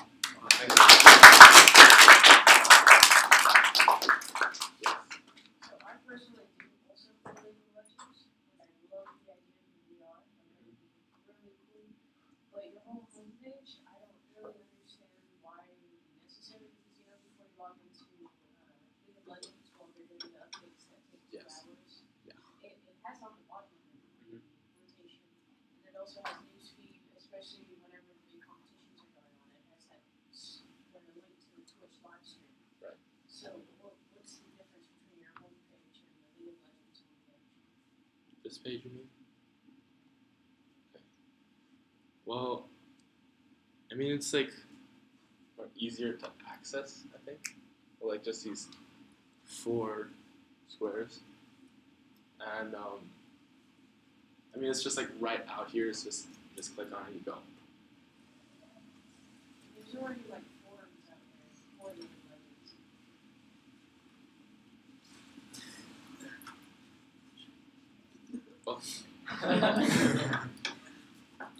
That's something I need to improve. There you go. I need to change that. Thank you.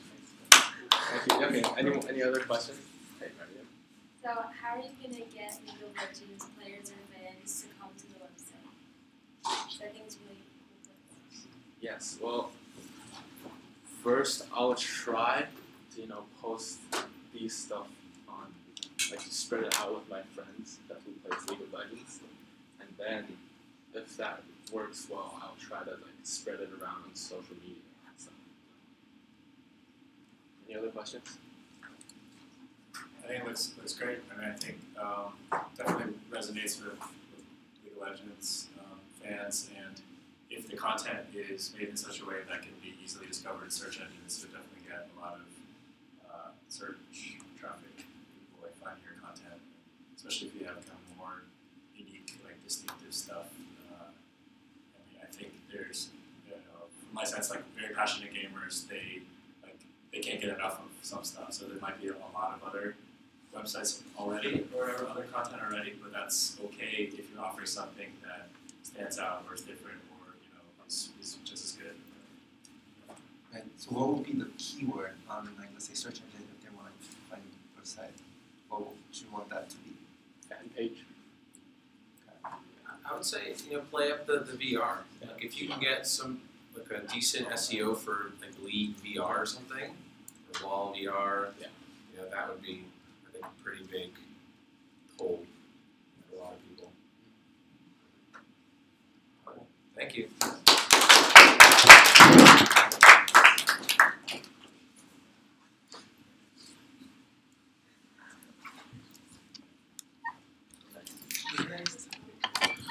Alright. What's your Skype name? Tom? I got you.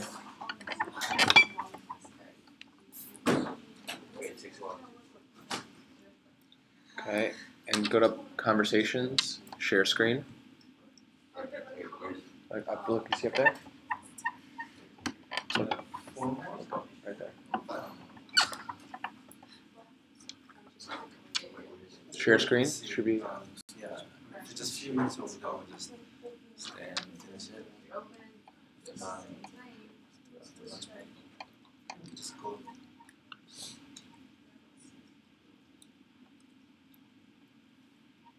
All right, you're good to go. Just switch to your. No, it's already up. That's your screen. So once you tap it, it may take 2 to 3 It takes a seconds. few seconds, but be reading more from here. Okay. So, hello guys. During the past week, I worked on a website called China Pollution. The reason that I made this website is because I want to share awareness to other Chinese because because of the damages that they did to a city, like driving cars every day and like, smoking cigarettes in the city, and also the lack of using of public transportation. Okay, so how did I make this website? I used WordPress.org, and I borrowed data from www.ear.humelabs.com.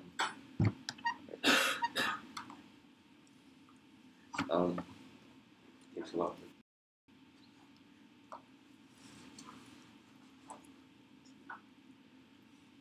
Okay, so this is like the data of air quality in Beijing, and the data like updates live because like it borrows from the website over here, as you can see like over there, and also like you can see the weekly data and monthly data and yearly data, and then I have 3 more cities.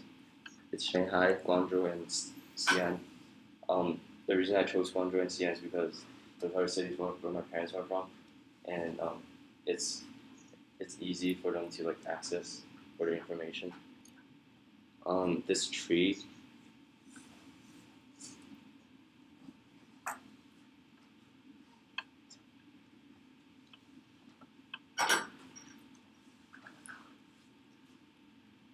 so I have products on this page, and then like after like every 50 purchased items on this website, we will plant a tree in the city, like in the city of Beijing, Shanghai, Guangzhou, or Xi'an. By yeah, and then so like if you go into the tree bar.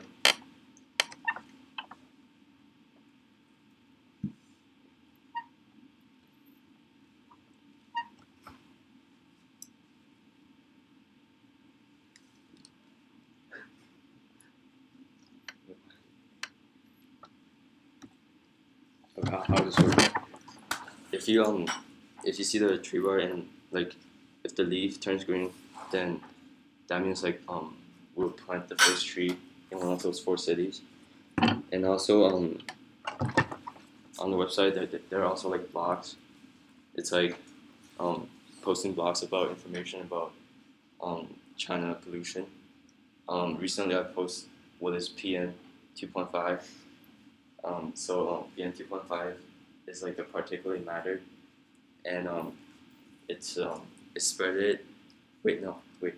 These matters can be generated naturally or by human activities, such as like driving cars and trucks, and like this is very dangerous because when they go deep into your lung and cause permanent diseases such as lung cancer and like heart diseases, and sometimes like even to premature death.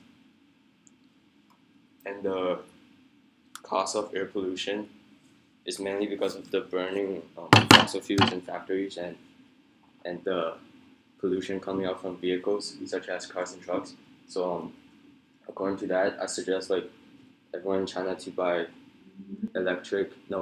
zero emission electric vehicles because they do not emit any pollution. So here are the shops. As you can see, I have 6 products because I didn't have time to put like a bunch of stuff, I guess. This is like the 1.0 valves from RZ Mask, and RZ Mask is like a secondary retailer place, and the valves are made by like a base, diaphragm, and a cap. The diaphragm will like elevate as the user exhales the air, and then it will keep their face cool. And for people that like wear glasses, the lens will not fog up because of the technology. Right. 30 seconds. And yeah, and those are the products that I have. Yeah, that's about it.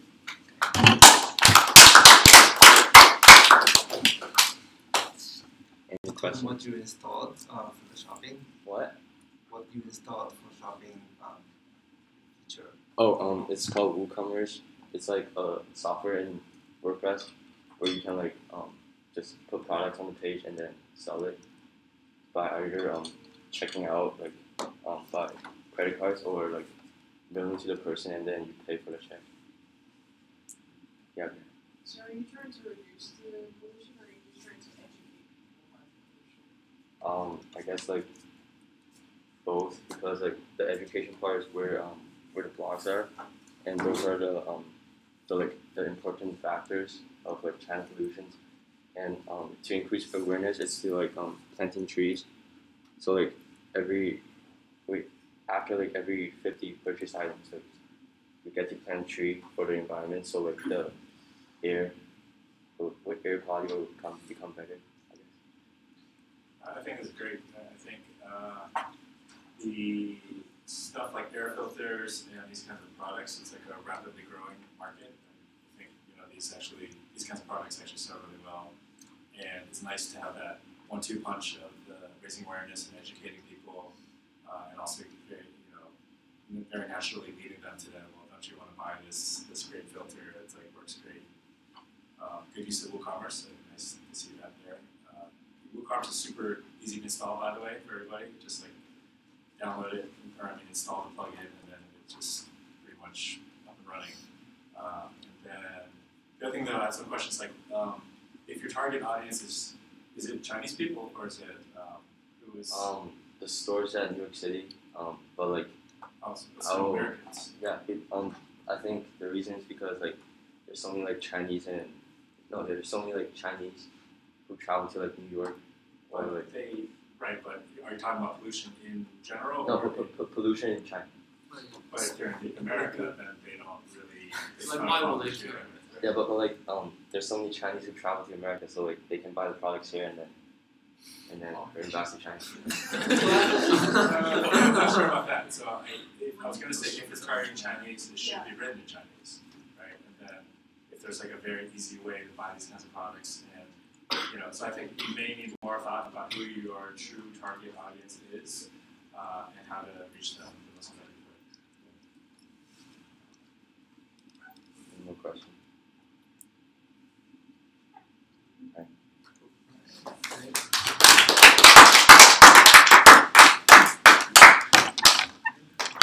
Time we got 35.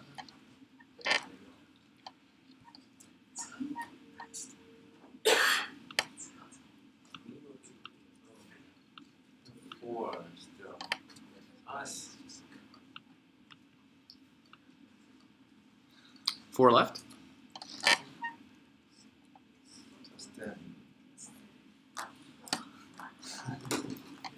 Guys. When didn't you volunteer? I did. Oh, you did? Oh, okay. It's only. Oh no, Sophia's.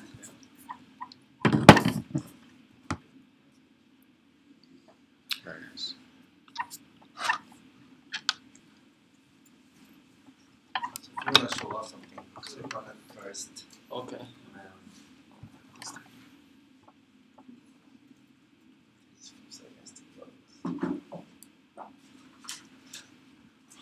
Okay, so this is my website. I'm not on the homepage right now. I'm just on the statistics right now. I can start here because this is like the problem I'm trying to address is the unemployment rate here in the U.S. So basically, as you can see in the chart, in 2007, the unemployment rate was around like 4.8%, and then it went up, it improved until it dropped again. So now in 2017, we're at the same unemployment rate as 10 years ago in 2007. So the objective of my site is to increase productivity and decrease unemployment. So here on the home screen, you can find a job and you can put in your job title. So for example, if Sam wants to become a pilot, he can put in the pilot and he can submit, and he will get some results, and then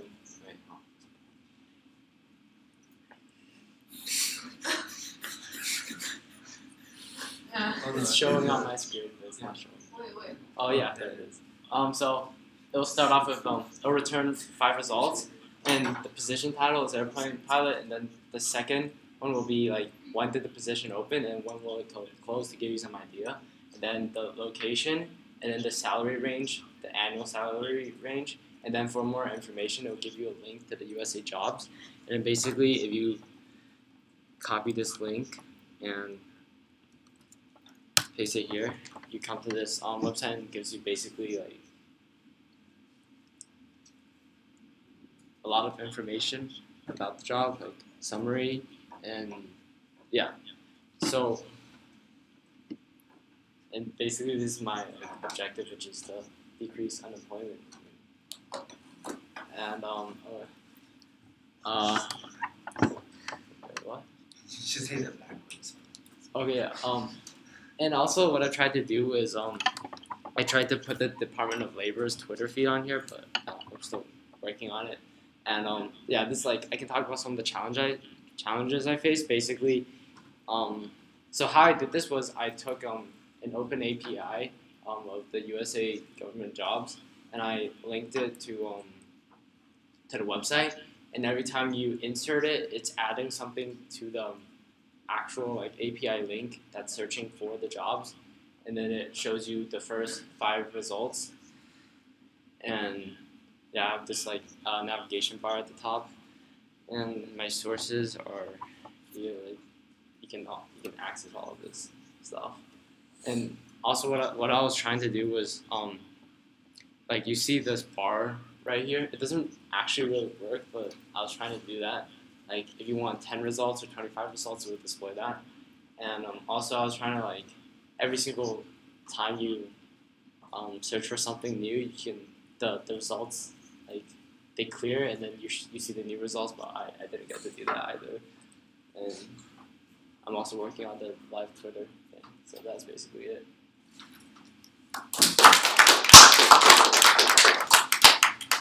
Good question, Sophie. Yeah.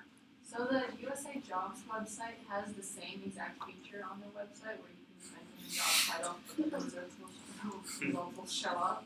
So, I mean, I'm just curious how is yours different and why is it better? I don't know how to answer that question. Go ahead. Yeah, I had a similar question. Like, how are you gonna differentiate yourself from all the other job finder sites out there? For example, like Craigslist. It's just like a. that. But Craigslist is not like.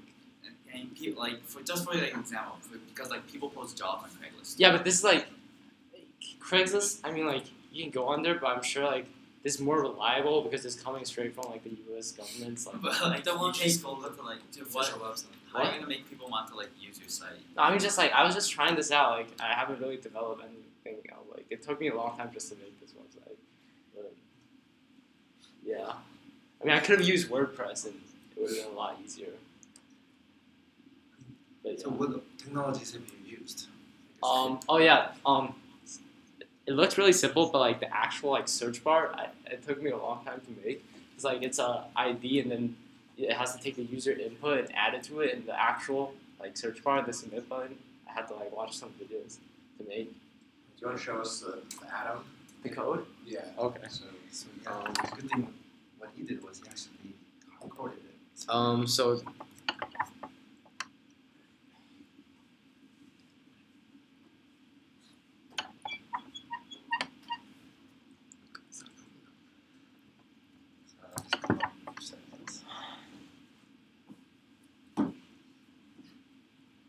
okay, so right here you see this job title input. So basically this is this part is what you see on the actual website, and then what it inputs a value of the job title, and right here the variable jobs is added to the rest of this API link, like this link, and then basically returns the result of what you put in. And here is the submit button, and there's a function for that, which is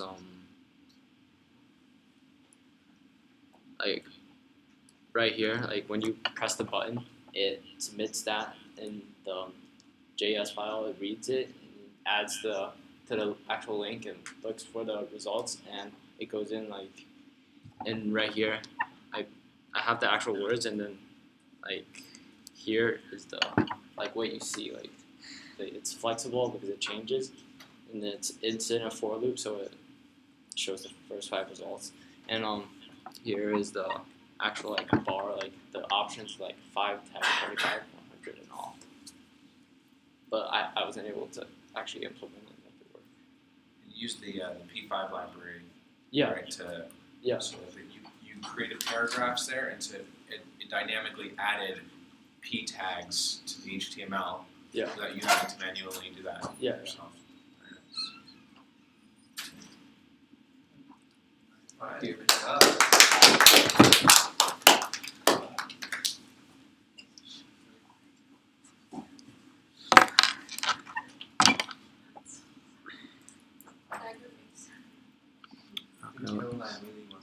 Yes, I really want it. Oh, no. No, Okay, I got you. Wait, do I, this one? Accept. Just regular talk. You don't need video. That's fine. No. And then just make sure you shut down the video. Yeah, close. And then in conversations up there, share screen. Oh, wait, what do you So look up here. Share screen.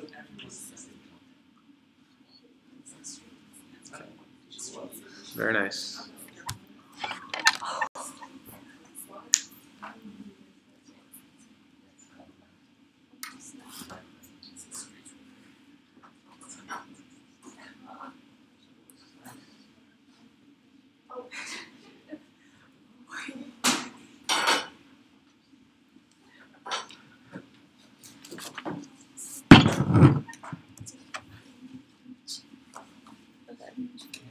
guys?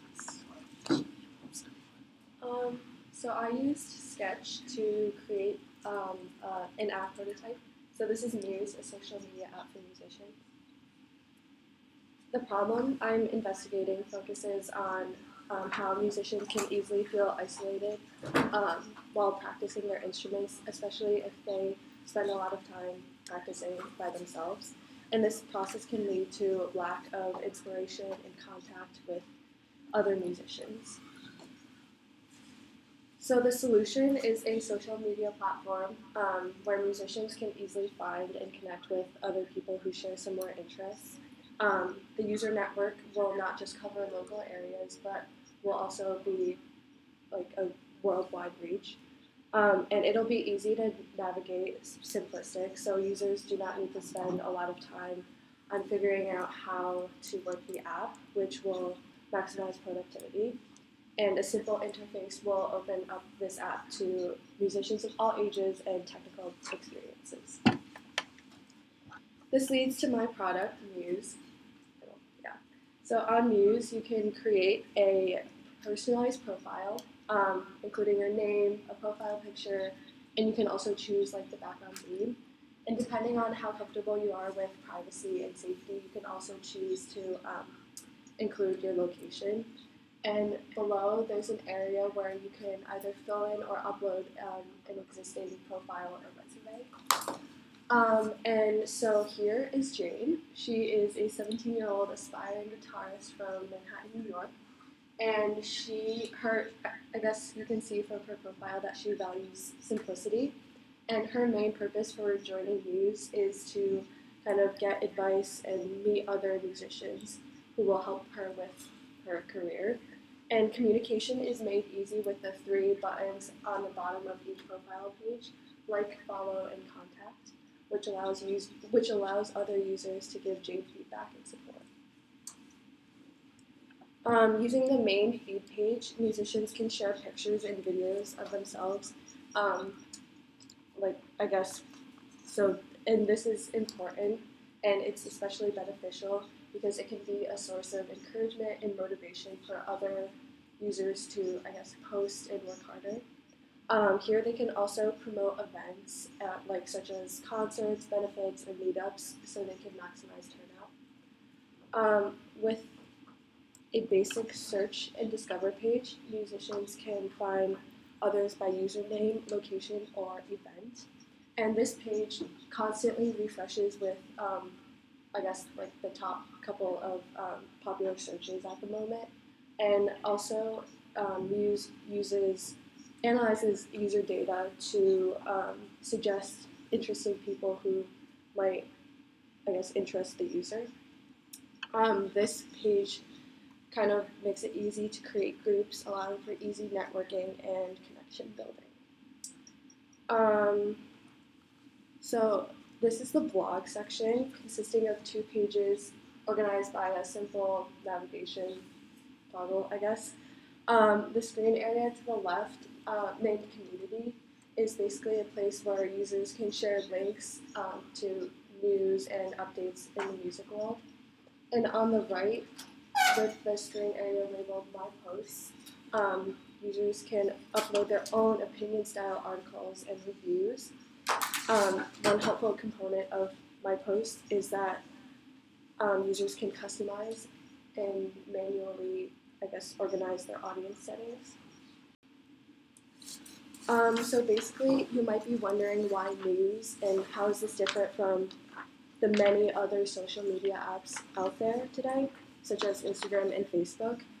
And the main difference is that Muse is specifically targeted for musicians, and unlike Instagram, where users can fall into, the habit of mindless scrolling, Muse pushes users to try something new every day, whether it be by adding an opinion post on the community blog or by,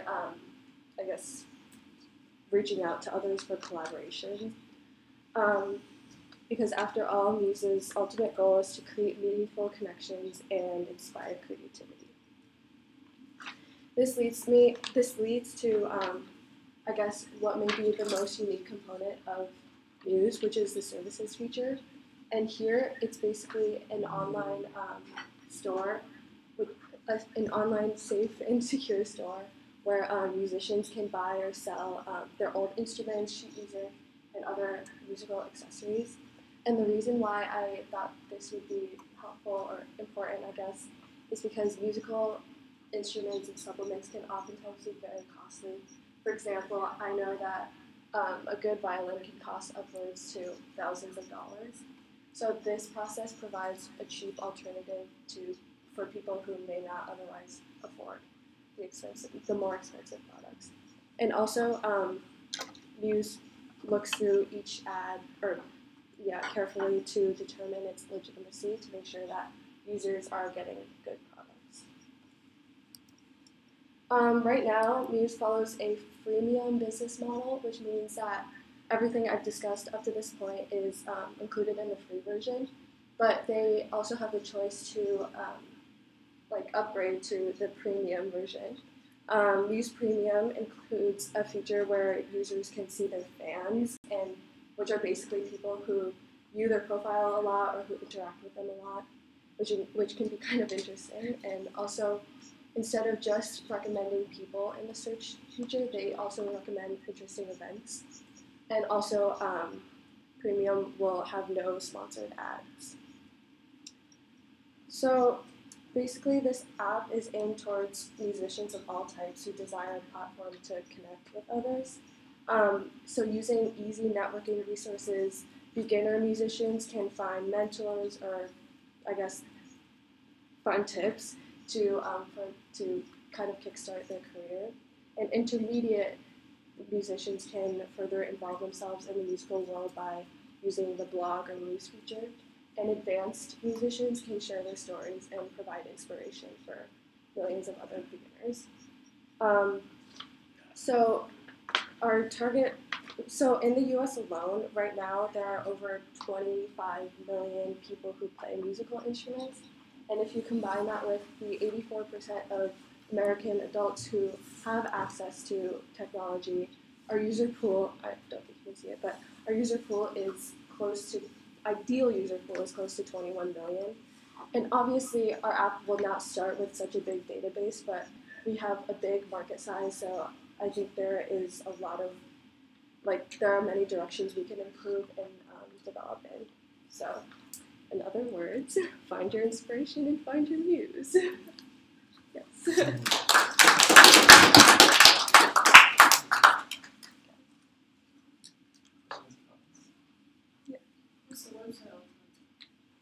No, it's an app.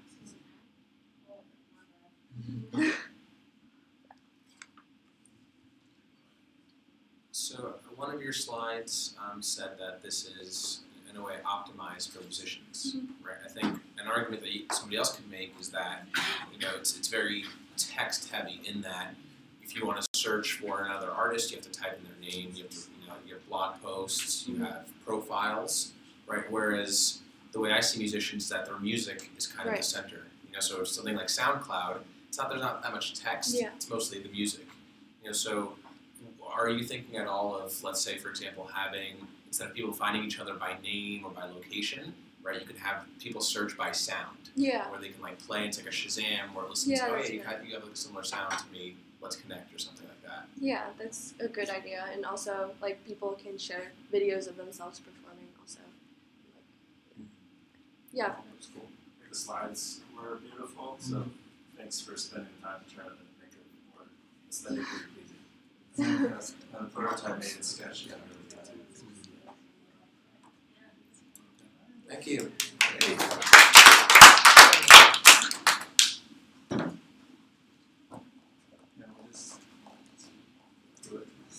Two more, right?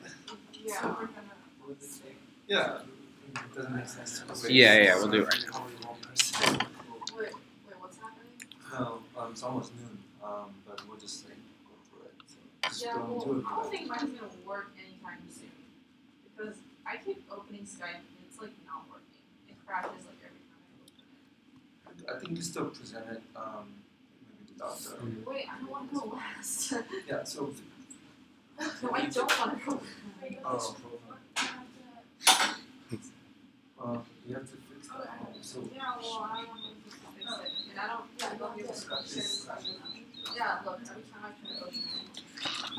Sophie, do you have, what is that you're trying to present?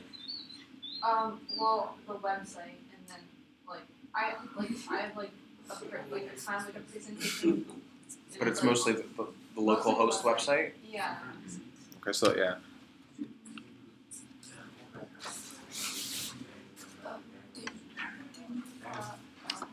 What? I have this Skype account. I have the app on my computer, but it's like not working.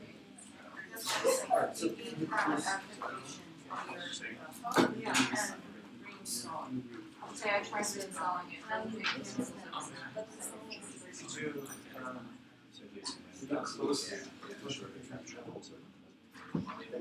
Not there, but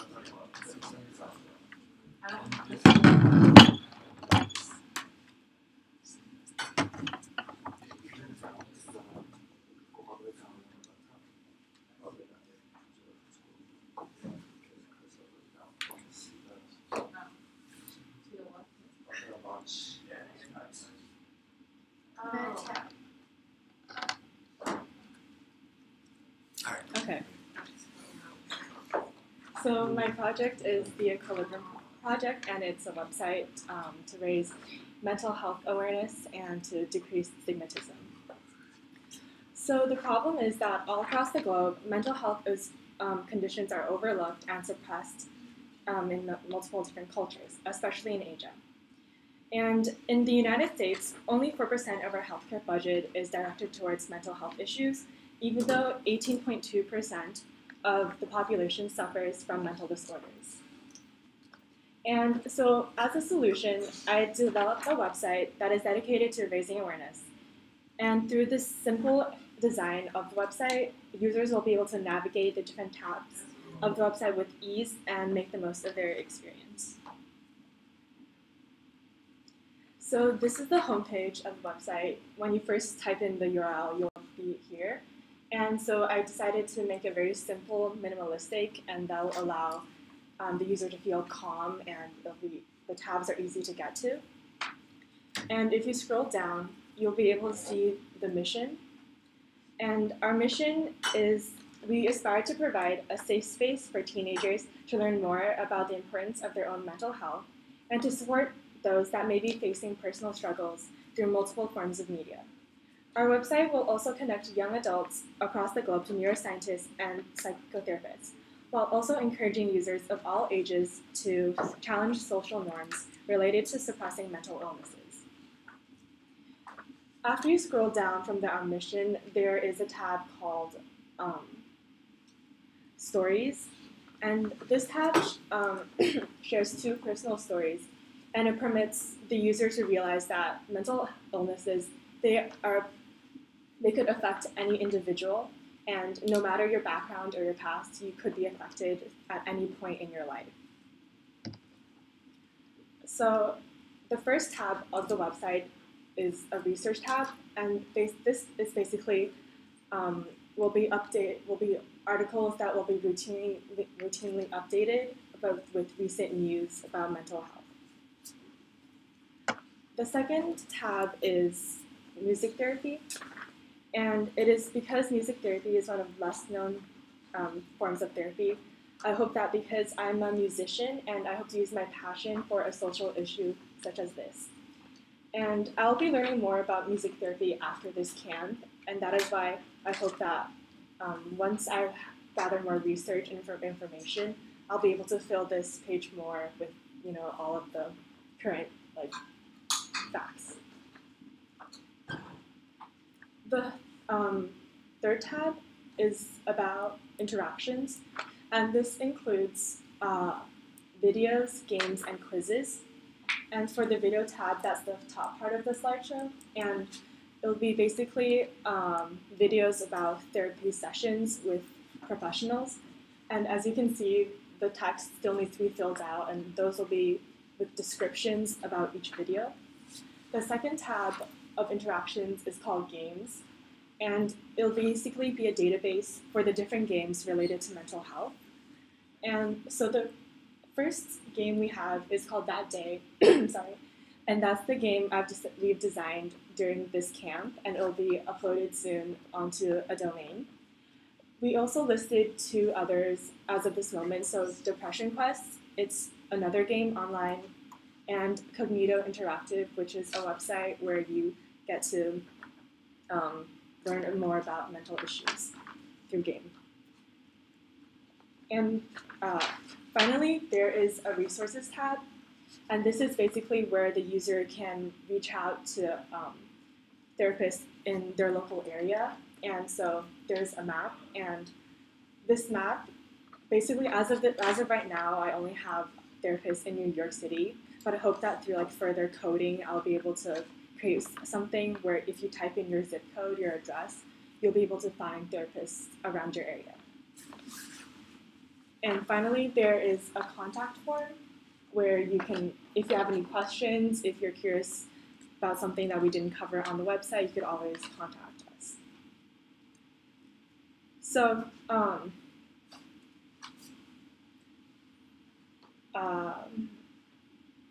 there's market size, and because the world is becoming increasingly digital, the sphere of technology has continued to grow, which is why I created a website instead of like a book or magazine to address the issue of mental health. And any internet user who is willing to be educated about the social issue is a possible viewer. More specifically, this website is directed towards high school and college students, the future generation. There are currently 1.8 million people in the world that are between the ages of 10 and 24. 20% of these people struggle with diagnosable serious mental disorders. That is 360,000 people. Because only 4% of our healthcare budget, of the America's healthcare budget, is directed towards mental health projects, this website will raise awareness among internet users across the globe, which is 40% of the world population. As for search engine optimization, I'll hope to be partnering with other mental health websites as well as experts. Having my website referred to by larger websites permits my site to become more well-known and searched for. As for future iterations, I hope to implement passive monetization through advertisements such as Google AdSense. These ads will be related to mental health, either by recommending books to read, doctors to visit, or other websites to check out. I also hope to create a donations page, and these donations will be directed towards groups for mental health education and improvement, such as the Music and Memory Foundation. Thank you. Any questions? I think you just had one typo. Oh. 1 billion. Really? 1.8 billion. Really? Oops.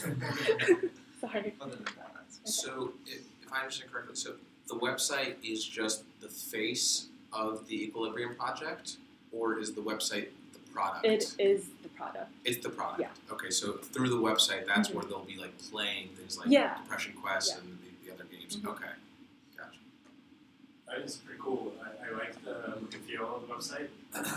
Aesthetics, like the colors, a lot of attention. I guess probably stuff from the camp maybe that you applied, hopefully. But good stuff. I like the fonts, the layout, the aesthetics look good. It's like it feels very legit. Like it could be released to the world very soon, I would imagine. I think I guess I also like how it's called the Equilibrium Project too, because has like an interesting, intriguing sound to it, and it's not like mental health, like all about mental health or something like that, right? That's the title. I'm not totally sure. I think a lot of mental health issues relates to gatekeepers and kind of like family members or close friends who learn about the issue and then kind of help or care for those who they know who need help but aren't seeking it. So I think there's some thought, maybe there needs to be some thoughts about who's the primary audience for the website, and is it more about those who know they have some mental health kinds of concerns, or is it more people who are related to those who have mental health concerns? And the way you communicate might be different depending on if it's the former or not.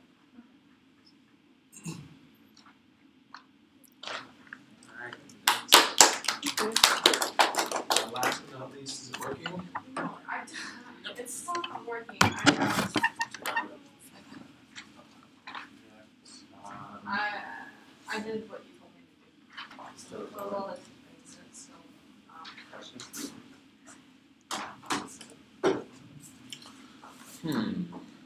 I mean, should I just go after one or then maybe I can get it for 10? I don't think I'll be able to get it for Okay. All right. That's fine. I'll do the last stream. Yeah. So I'll.